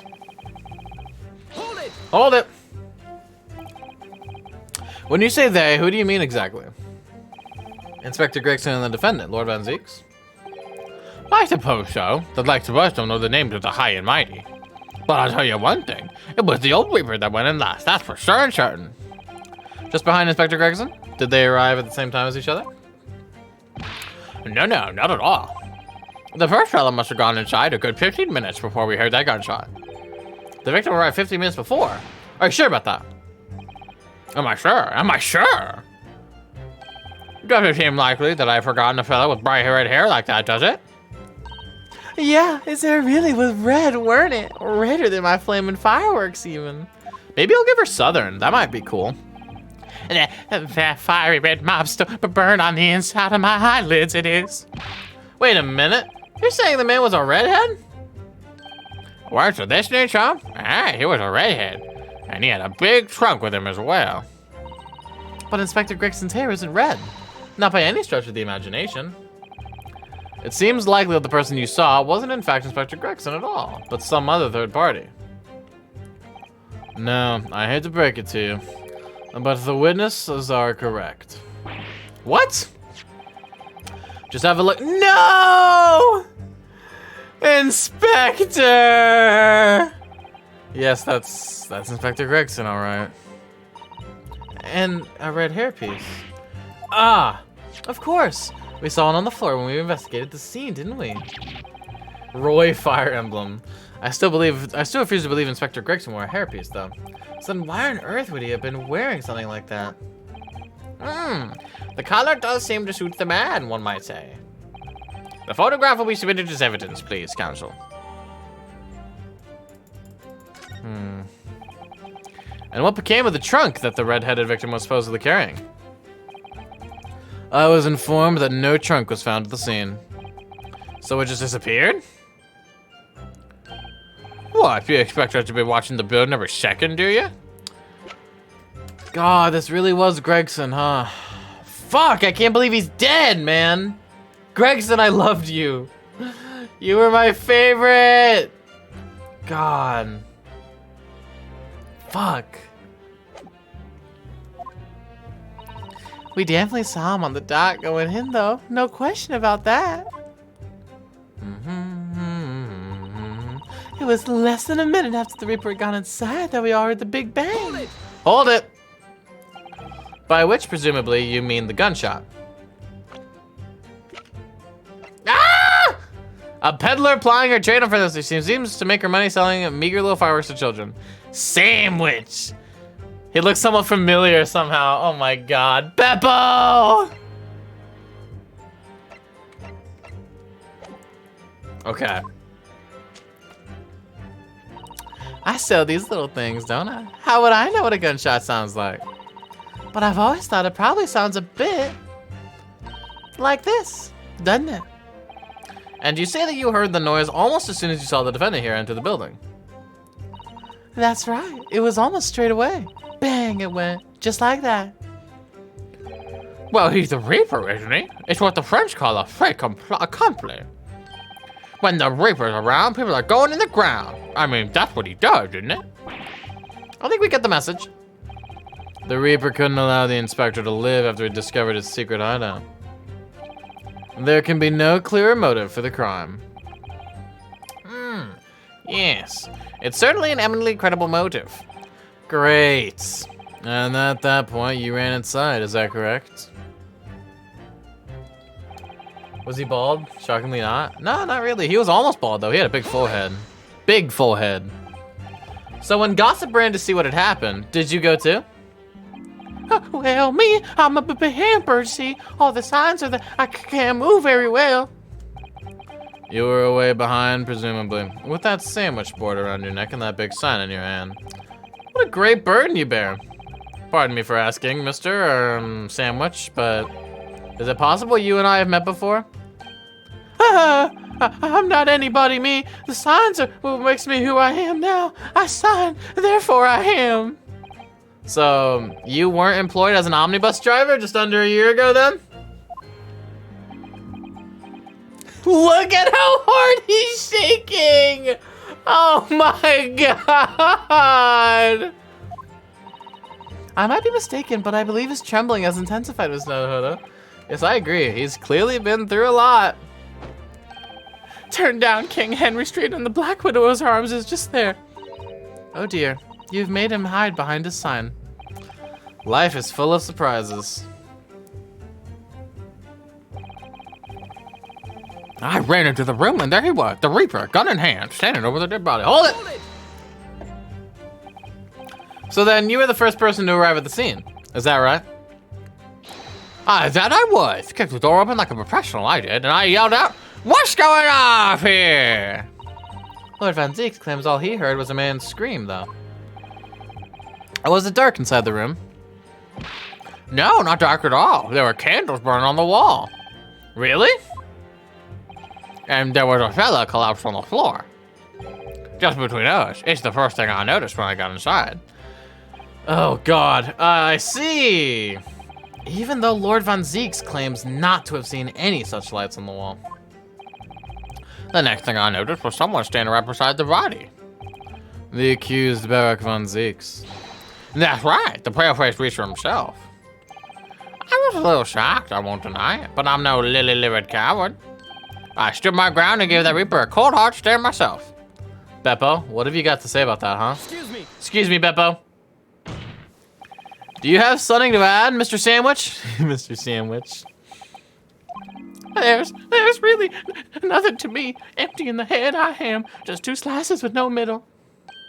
So I don't know what you could want with me. I think that maybe you just remembered something. Having heard Mr. Gossip's last statement, I mean. What I think is, we're all nothings, really. We try to dress ourselves up as something else, but at the end of the day, we're all just street sellers. That's enough out of you, Sandwich. Keep your trap shut now. Unless you want us to make you do a real sandwich. When he saw the Reaper, he fell clean over on his backside. That's it? Oh, you rotten beggar. I told you to keep that a secret. He screamed, he did. Screamed and scrambled off on all fours. That's what I wanted to say. Mr. Gossip, is this true? The floor was dead slippery, that's why. Planted my hand in a filthy pool of blood, didn't I? Yuck! What, a pool of blood? But listen here, even when I was sprawled out on the floor, I still kept giving that Reaper a cold hard stare, and don't you forget it. Let's go back a little. Did you say you got blood on your hand? I did, happens to the best of us at times, doesn't it? I was so scared, so I slipped over. We can keep it between us, can't we? No, Mr. Gossip. I'm gonna have to ask you to add that information to your formal testimony. Oh, if I must. The witness will amend his testimony to include the aforementioned details at once.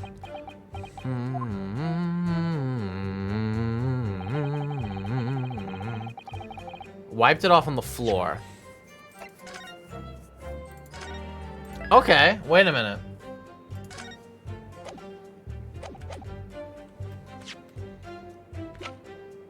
Objection. Yeah, baby! So you wiped off the blood from your hand on the floor of the room. Are you quite sure about that? Well, what else do you expect me to have done, eh? Does it really matter? Objection. Oh, Kazuma. The police found no such handprint on the floor during their investigations. What exactly is the defense asserting? If you listen, you'll find out, Prosecutor Sogi. Oh shit. Certainly, there was no bloody handprint found on the floor.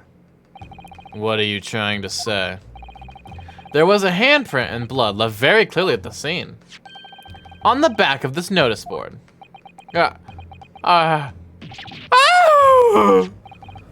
Yes, indeed. Indisputably a handprint in the distinctive color of blood. You did right. That's my right hand. I'd know it anywhere. Hot actual hero. Poor Beppo, man. The witness very definitively testified that he wiped his hand on the floor. Any handprints on the back of the board are irrelevant. Objection. Objection, motherfucker. Not if the board itself had fallen over onto the floor. In that case, it's quite possible for the witness's handprint to have ended up there. Just look at the floor plan of the room.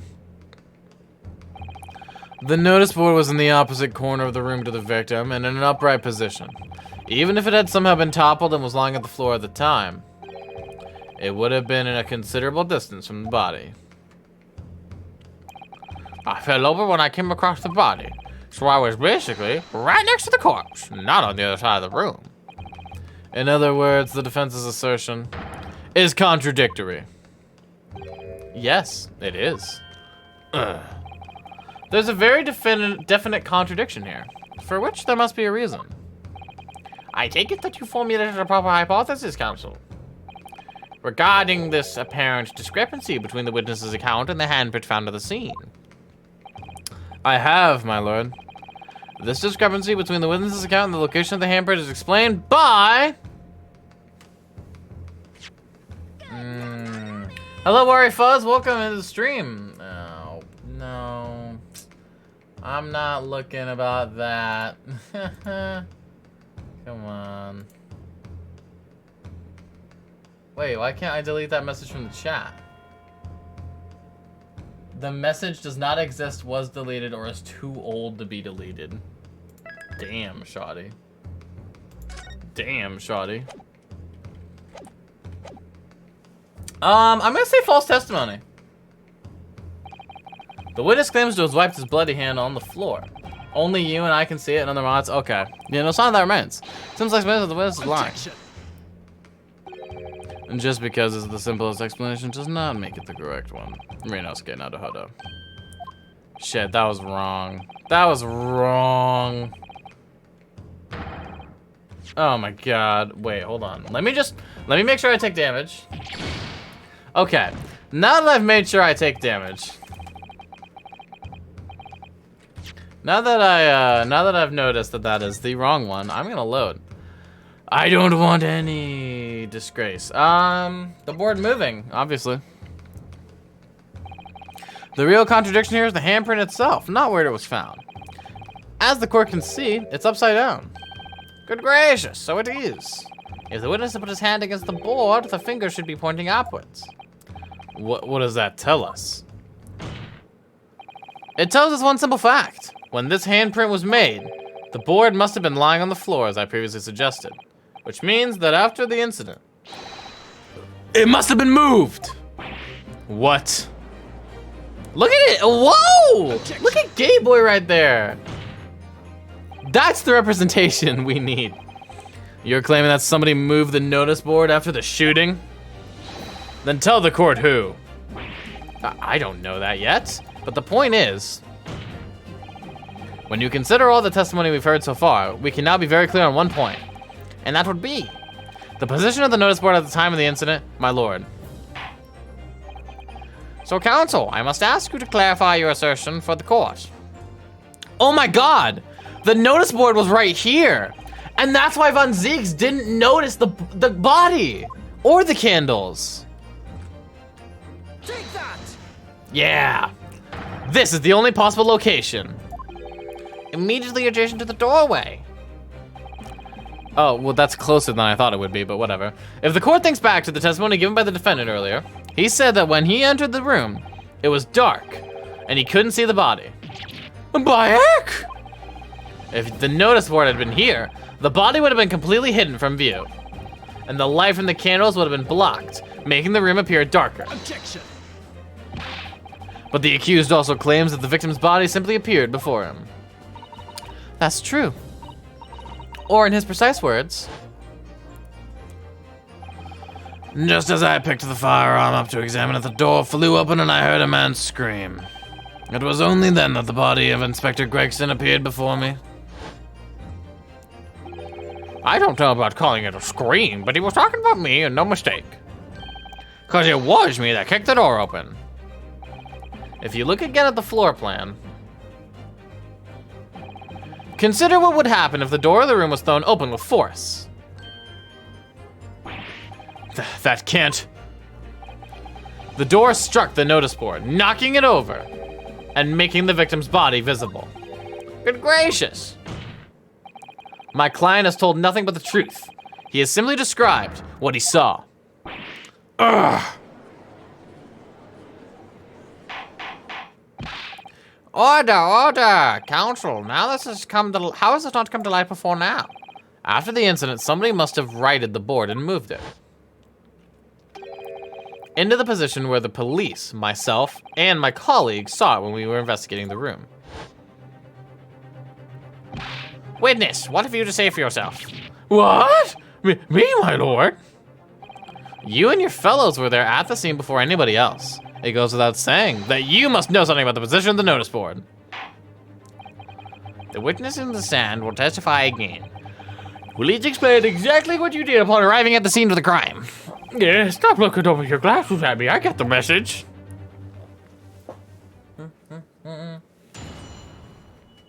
Alright. Mystery of the moving board. Oh. We're getting the fast music already? I don't know anything about that there notice board. I just want my hand on it, that's all. Well, don't look at me. I haven't got a clue about it. I was doing business with some second years at the time. I don't know anything about anything. I'm just a bystander. Me just designed the crossroads of life. It was that Reaper, I bet. He's got a face that screams bored. I can't see how this changes anything anyway. The detective still died, but when we heard the gunshot. So none of you can elaborate further. Shaken by the crime they witnessed, and with only the light of a few candles and an oil lamp by which to see, we can expect these witnesses to be able to give a more precise account of what happened. That's right, yeah. It don't pay to expect too much. It's man's endless quest for knowledge that's destroying the world. That's what I think. Do you? Really? In any case, as this testimony shows, even if the notice board was moved by somebody following the incident, it makes no difference. When the gunshot rang out, the accused was the only person at the scene.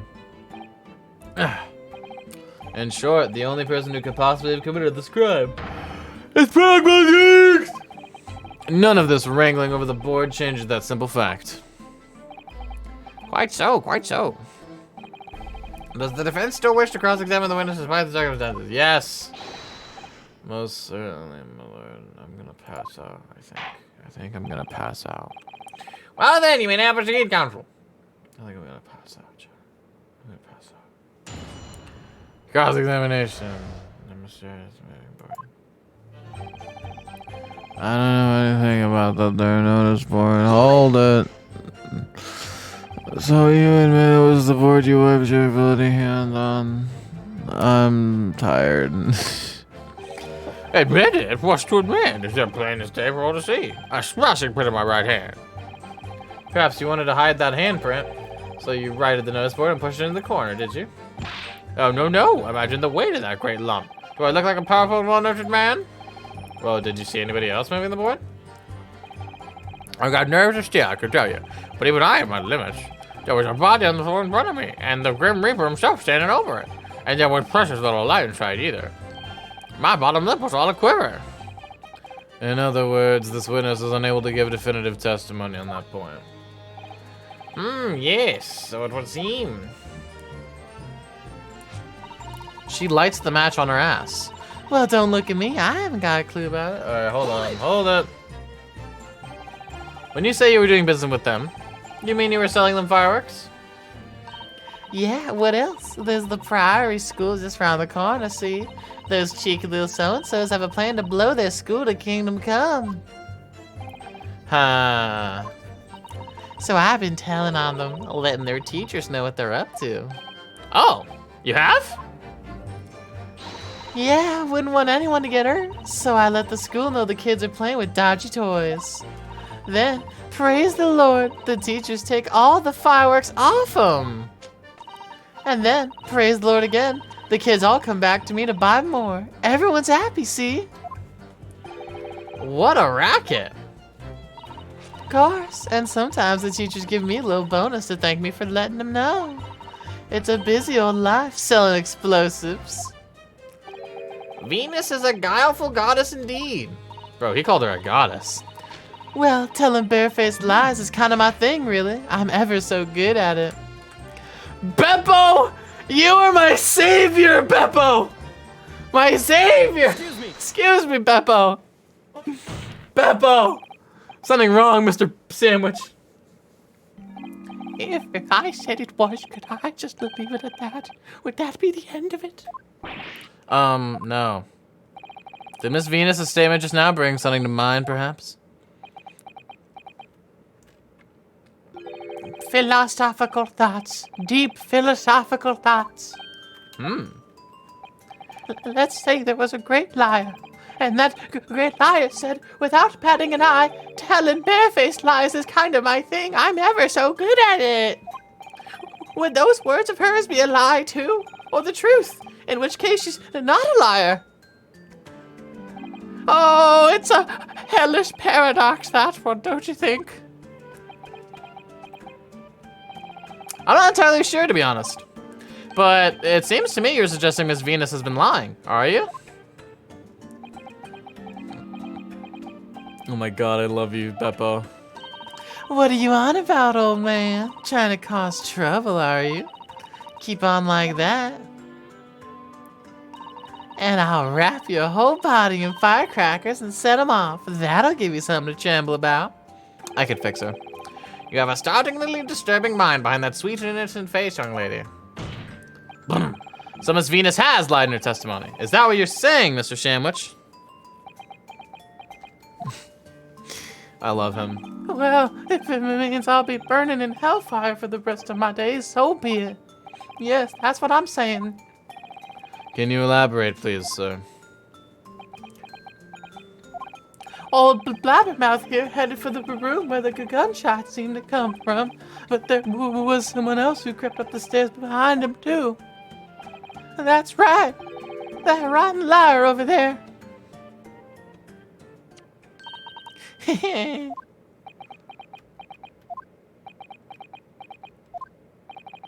Do you mean to say that you did, in fact, betake yourself to the scene of the crime after all? What did I tell you, eh? I said I was good at telling barefaced lies, didn't I? Yes, you mentioned it. Well, that revelation rocked the whole courtroom, didn't it? Who knew firecrackers packed such a punch? So you did indeed visit the scene of the crime, did you, young lady? Good grief! Well, now you come to mention it. I suppose perhaps. I do clearly remember climbing the stairs to the room, yeah. Either you clearly remember it or you don't. Well, I shall consider a fitting punishment for this perjurious act later. For the time being, you will immediately amend your testimony to reflect the truth. Oh, yes, my lord, of course.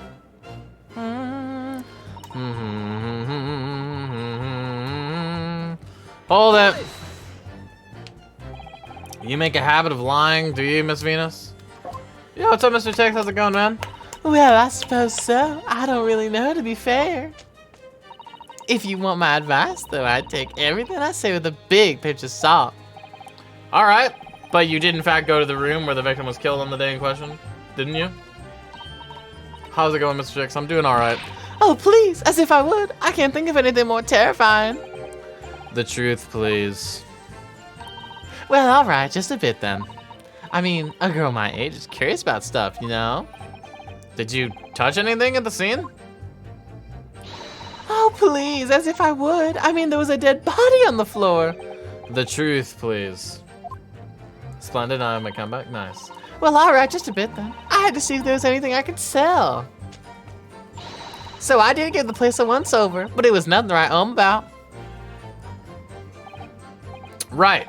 Now, I hesitate to ask, but you didn't move the notice board by any chance, did you?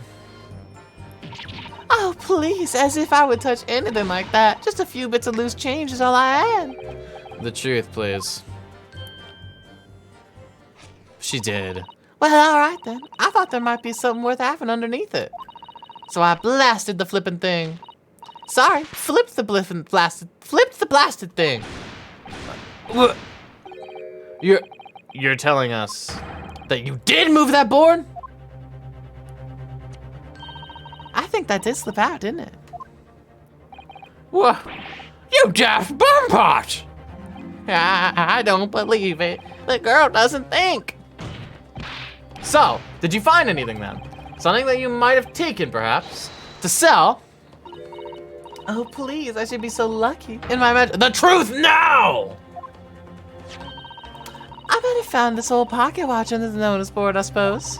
Just a bit of junk like this can't be worth much if you ask.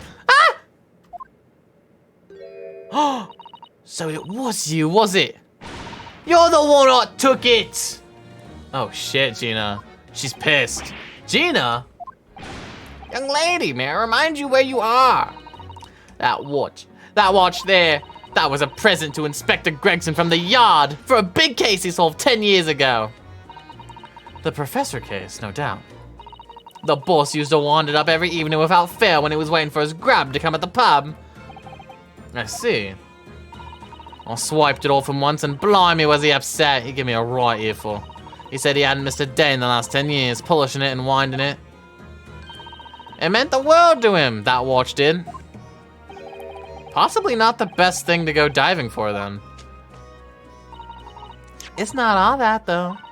I took it to Jabeza's that night to ask how much it was worth, but the old dealer wouldn't touch it. Wouldn't give me a penny for it, said it wasn't working. Knocked about and worthless, he called it. Ah, I knew I should have lifted it. Oh man, that watch must be submitted as evidence at once. Oh, please, just so long as you promise to give it back when we're done. Not a chance. I'll swipe it from you if you try to get your grubby mitts on it again. That's enough. Hand the watch to the bailiff forthwith. Now, children, watch your manners. Good Lord! The glass appears to be broken. More than likely, it shattered when the inspector was shot. It doesn't tick anymore either. Which is why Jabez didn't want it. What a waste, eh? Yes, indeed. It appears to have stopped at the hour of 5. Exactly when the gunshot was heard, then. Which supports the prosecution's claim, of course. Open up Twitch, it was logged out. If you're using the code. Interesting. Well, it would appear that the mystery of the moving notice board has been solved, at least. This is so odd. Ah, there's a tiny little keyhole here. Can you see? Oh yes, that's probably for the winder used to wind up the mechanism. It looks a little unusual, don't you think? Yes, you'd need just the right key to wind it, I imagine. Why do I feel as though I've seen something a bit like a key that's about the right size to fit in this hole? It would be wonderful if we had the key. Let's check carefully for what we've already found.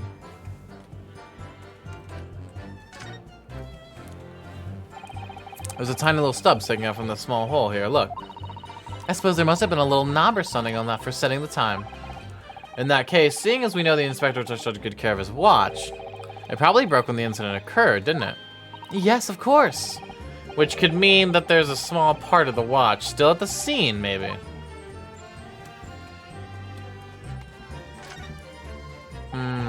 The glass over the face is really badly cracked. Look, what a shame when the inspector clearly looked after it so carefully. I imagine Mr. Sholmes could repair it, don't you? Yes, I should think so. He's very adept at things like this. A useful man to have around, in fact. But kindly remember he's a great detective, Mr. Naruhodo, not an odd job man. So... apparently we have something for this?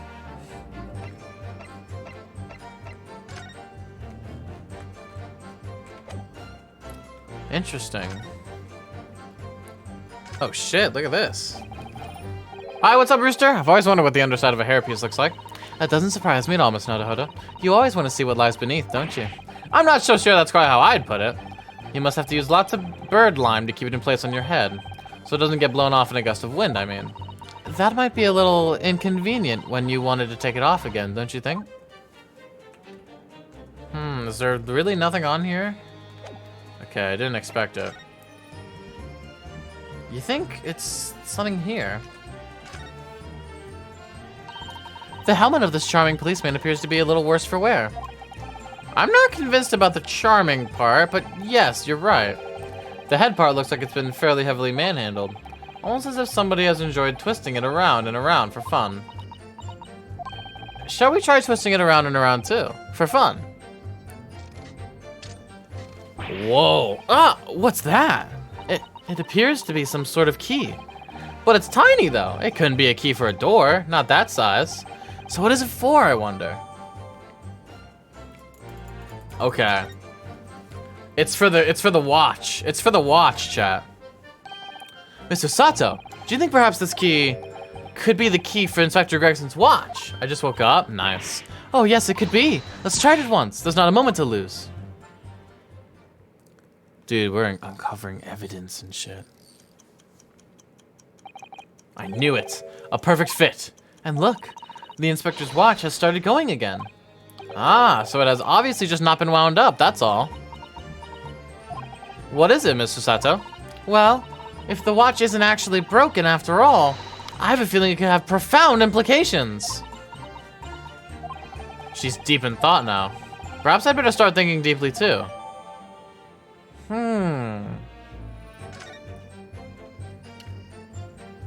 So interesting. And as predicted, it had very little bearing on the case. Now then, continue with your cross-examination, please, counsel. I don't know anything about anything. I'm just a bystander. All right, hold it. But you did go to see what had happened in the room, didn't you? Fresno Street is my whole world. It's all I know, and I know all of it. I have to make it my business to know if I want to hold my sign up high. So you did go to see what had happened. It's not the destination that's important, it's how you get there, isn't it? Did you notice the notice board in the room? If you think about it, we're both the same species, aren't we? Both different members of the sign family.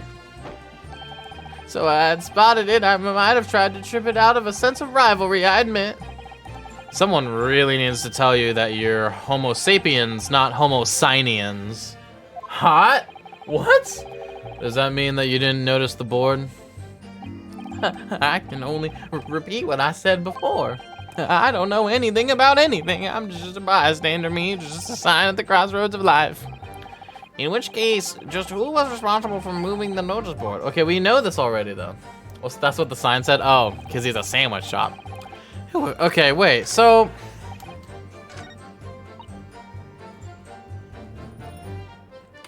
Can I not present the watch right here and just end the cross-examination? Why is it not, like, ended yet? It's interesting.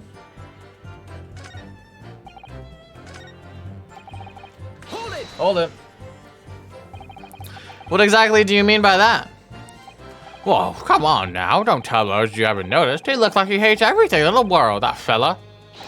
But not notice boards. They're the one thing he likes. You can see it in his eyes. I can't say I'd ever noticed. I tell you one thing for free, though. I never took my eyes off that man on the floor, or off the Reaper, not for a second. Sorry? Well, I was that scared I couldn't. You never know what a fiend like that might do if you look away, do you?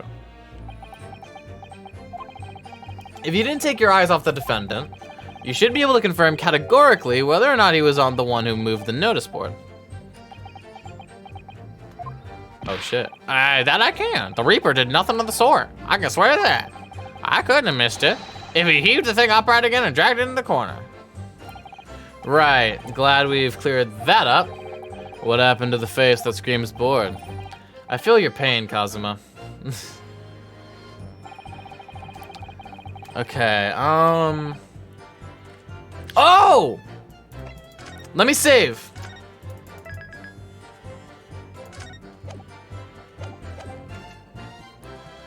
Can I try to present this here?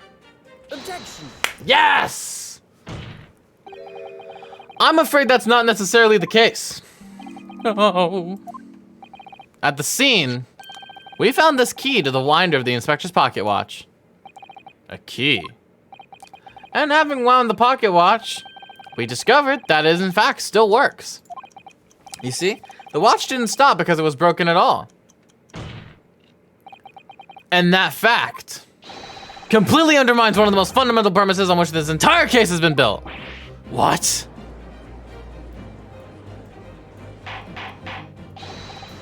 Order, but counsel. The watch was stopped at almost exactly 5 o'clock. Yeah, which is just when we heard that gunshot. It is, exactly the hour. The time that was showing on the watch tells us nothing other than when it wound down. It's merely a coincidence that it happened to be at 5 o'clock. Objection. Even if that's true, the 3 witnesses here all heard the gunshot at 5 o'clock. So that's obviously when the crime was committed. Objection! The fireworks. No, that doesn't hold. Why not? Recall what Inspector Lestrade said only moments ago. The boss used to wind it up every evening without fail when he was waiting for his grab to come at the pub. He said he hadn't missed a day in the last 10 years polishing it and winding it. It meant the world to him, that watch did. The victim was in the habit of winding his watch once a day, in the evening. We can reasonably assume, therefore, that he wound the timepiece on the evening before he died as well. Yes, that would be entirely reasonable. But if that's the case, you wouldn't expect the watch to have completely wound down by 5 o'clock the following day. Oh, why? Well, how do you explain it then? In summary, the evening before the day of the incident, when the gunshot rang out in that room, the inspector was already unable to wind his watch. You can't mean... What would stop a man winding his watch if he's been in the habit of winding it every single evening for 10 years? The obvious answer is that he was already dead.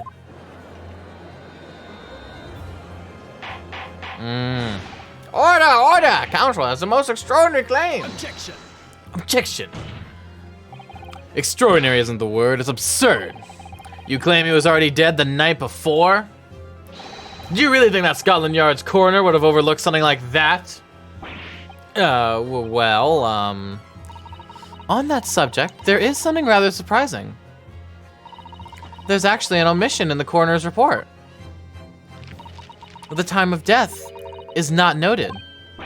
That's right. Wait a minute, you forget my legs went from under me when I kicked the door in. What do you mean? Like I said, I planted my hand in a dirty great puddle of blood. Yes. So the victim's blood hadn't dried. It was fresh. He catches on fast, doesn't he? Objection. Hold up. But that blood could be explained in any number of ways. It could have been put there afterwards. Some fresh blood could have been poured over the victim's body after it. No, man. Does my learned friend think that fresh blood is available on every street corner? Well, it needn't necessarily have been human blood, of course. We've been told previously that Scotland Yard has no way to identify blood as human. The problem is currently being researched. At present, you are correct. It is beyond our abilities. So then, a chicken's blood could have been used, for example. Not a chicken! It's certainly a possibility that it wasn't the inspector's blood at all. Objection. Objection. But the gunshot was heard at 5 o'clock that afternoon. That's beyond question. Is it though? What?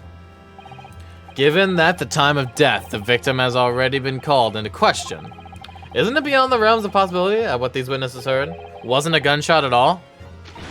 Oh, please, what are you trying to say? Oh, should I know what we heard? It was a loud bang that came from that there room. Now you listen to me. A street seller's ears are his livelihood. I don't doubt your ears, sir, but all you can say with certainty is that you heard a noise. Eh? Explain yourself then, Counsel. I need to play more of these again. This game is fucking amazing. A noise that sounds like a gunshot could have been made is... Take that. Something like this. The culprit could have set off one of these to fake a gunshot. The culprit? Ryunosuke, you're getting ahead of yourself here. Good gracious, the very fireworks that are sold by the witness. Now hold on a minute. Are you saying I did it? My pretty little firecrackers only make a little pop anyway. See? Not 100 of them together. The Venus special that you sell for 600 pennies sounds like this. Bang! As the court can now attest, it sounds very much like a gunshot, in fact. Yeah. You're trying to suggest that somebody set one of those fireworks off at the scene? I'm suggesting that somebody knew the defendant was in the room at 5 that day and sought to implicate him by creating a sound like a gunshot for these peddlers on Fresno Street to hear. Objection. But even the accused himself has testified that he saw no one else in the room at the time. Whether it was a gun or a firecracker, the only person present to cause that bang was Barak von Zeeks. One whiff of a match and my firecrackers go pop. See? It's why people like them. I fear for your fingers, young lady. Kazuma Kazuma was our Mia. In the first game, we thought he died, and he's come back from the freaking dead because he wasn't dead this whole time. Oh my god, sorry, there's just so much of this game that you don't know about, and it's, oh my god. Hey, do you know the prosecutor that's been the prosecutor for literally every single case except for this one? He's who we're defending! He's who we're defending right now. Recently, in my time here in Britain, I've learned a very useful invention indeed. Something called a time bomb. Oh my god. Good heavens, a bomb! Yes, a device that allows you to blow up whatever you like, whenever you like. Miss Notohodo, I worry that your unfortunate phrasing there may lead to yet another international incident. No, wait. It's the whenever you like part that's important. A timed device. Yes, exactly. A time device. Dude, Crisis? Hold on, let me show you the man we're defending. This is the dude we're defending. Me and Crisis have just been thirsting over this guy the entire playthrough. The entire playthrough. That's literally all this playthrough has been, essentially. We have! Can I join? Yes. Yes, you can. And then there's this lady, and this man, and Loki kind of this man, and Loki kind of that girl, and this man, but he's dead now! Ugh, I'll never forgive whoever did this. Oh, and this lady is also kind of nice. Anyways, a time device. Something of that nature could have been planted at the scene. A device that was able to produce the sound of a gunshot long after the culprit had left. Your extravagant claim will have to be substantiated with evidence, Counsel. What proof do you have to suggest in any way that a time device was employed to create the gunshot sound? Do I have that?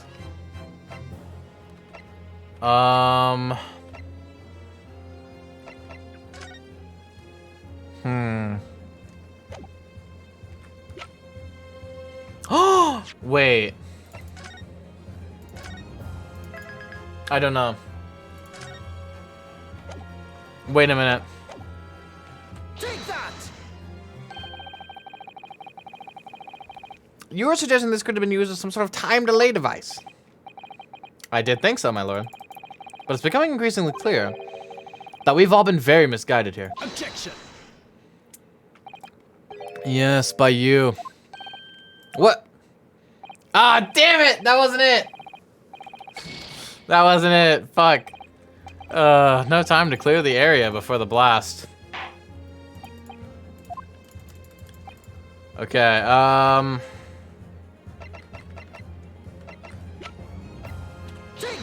Maybe. What if? As the court has already discussed, the tip of one of these candles in this candelabrum has been blown off. Indeed, because it was struck by the bullet, which presumably passed through the victim. I don't think that's possible, my lord. Not possible? Why? Because of the scorching. There are gunpowder scorch marks clearly visible on the broken candle. I'll be back in 15 if you're done. Oh my god, I'll be done in 13. Rooster, no! There are, goodness yes, but is it not the case that there are also scorching on the victim around the bullet entry wound? That's right, there was. But as we heard earlier, scorching like that only occurs when the target is at a very close range. A matter of centimeters from the gun. Rooster, thank you for coming out. Have a great day. You can watch the VOD of this later, and you can watch the entire playthrough of the first game on my YouTube. Just saying! Which means that the scorching on the candle can't possibly be the result of a gunshot. You're suggesting it came from the fireworks? How can that be, eh? The fact that there's such visible scorching on the candle suggests that the fireworks must have been right next to it when they exploded. Or to put it another way, the candle and firecrackers were joined together. The culprit somehow attached the firecrackers to a point partway down the candle. After the killer had left the scene, the candle slowly burnt down along with the other two, until eventually it ignited the fuse of the firecrackers, generating a loud bang.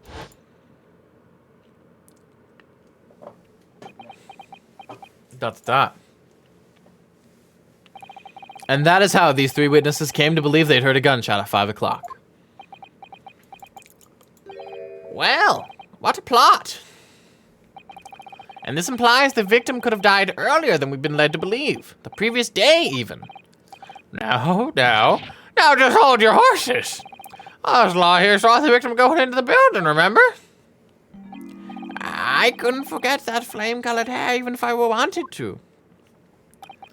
The person you saw entering the building wasn't the victim at all. Consider this. Obviously, anybody can wear a wig. So the person that these witnesses saw entering the building 15 minutes before the incident occurred could easily have been someone else entirely wearing the red hairpiece. Hey, the girl is leaving. You want to say bye to her? Goodbye, Pam. Oh, you said her name. I was trying not to say her name. Shouldn't mind. Hope. Someone else. Do you mean to say it was the same person who contrived the firecracker trick? In other words, Inspector Gregson's killer.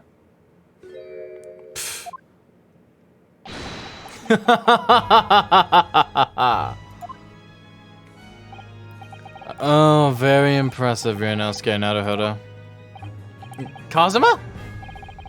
I'm really quite amazed you've come this far.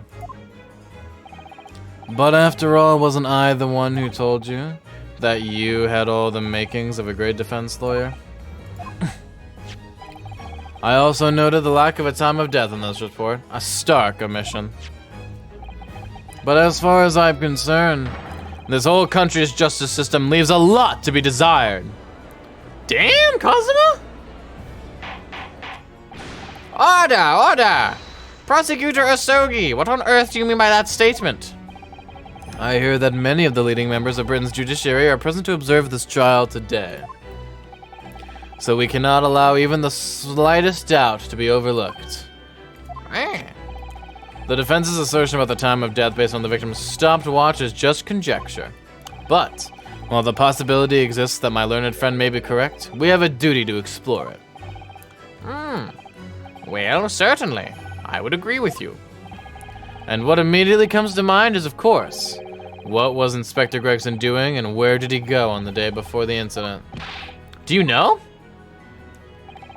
The inspector always carries out his investigative work alone. His movements were treated as confidential within Scotland Yard. Even within the Yard? However, considering the evidence we've been presented with so far, I'd say it's fairly apparent what case the man was pursuing. Wouldn't you, my learned friend?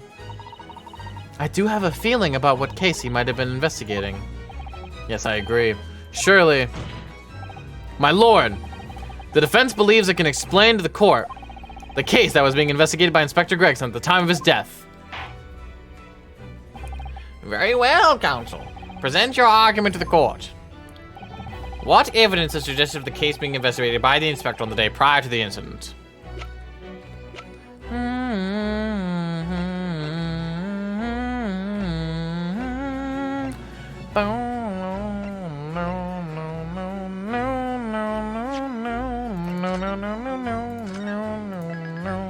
Dude, this music is so fucking good. Is it this? Take that!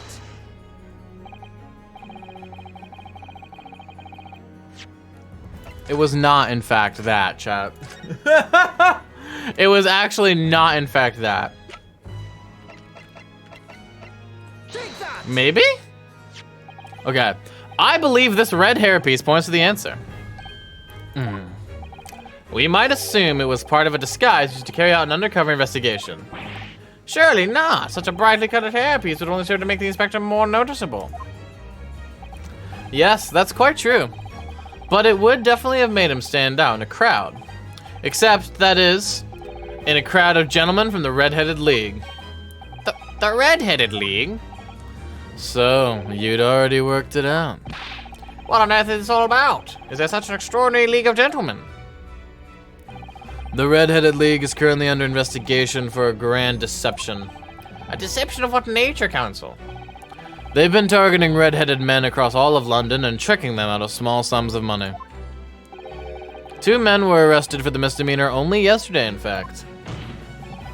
My lord, the defense calls for those 2 men to be summoned at once. 2 redheads?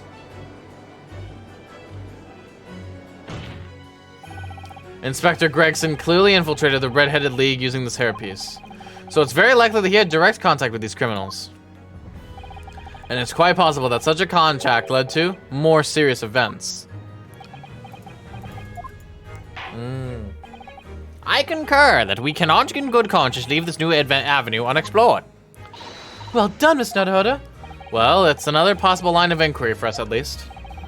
The prosecution will make immediate arrangements for the charged men to appear. Bring those 2 red-headed League conspirators before me, Prosecutor Yasugi. At once, my lord. Very good. We will have a 30-minute recess. Court is adjourned. Oh my god. To be continued, chat. Woo! That's good. Wow.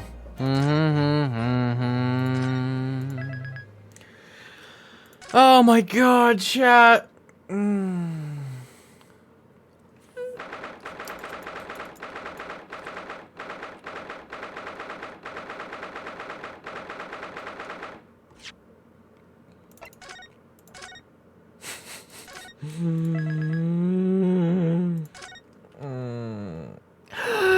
That is gonna be the stream today. Thank you guys for coming up. Oh my god, my phone.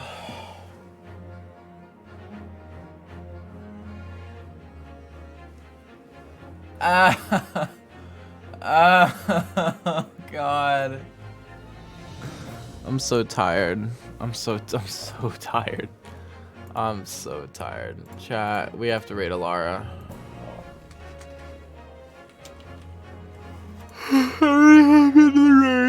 Thank you guys so much for coming out. It's been a pleasure to have you guys here. I hope you guys have a good day. I hope I made you guys a day better, because I know you guys make my day better every time you come out here. Oh my god, I'm so tired. Well, god, you can see that I haven't shaved in a few days, huh? Anyways, have a good one, ladies and gentlemen. Everyone get into the raid, please. Please, please, please, please, please. Get into the raid, please. Please, get into the raid. Please. Please, get into the raid.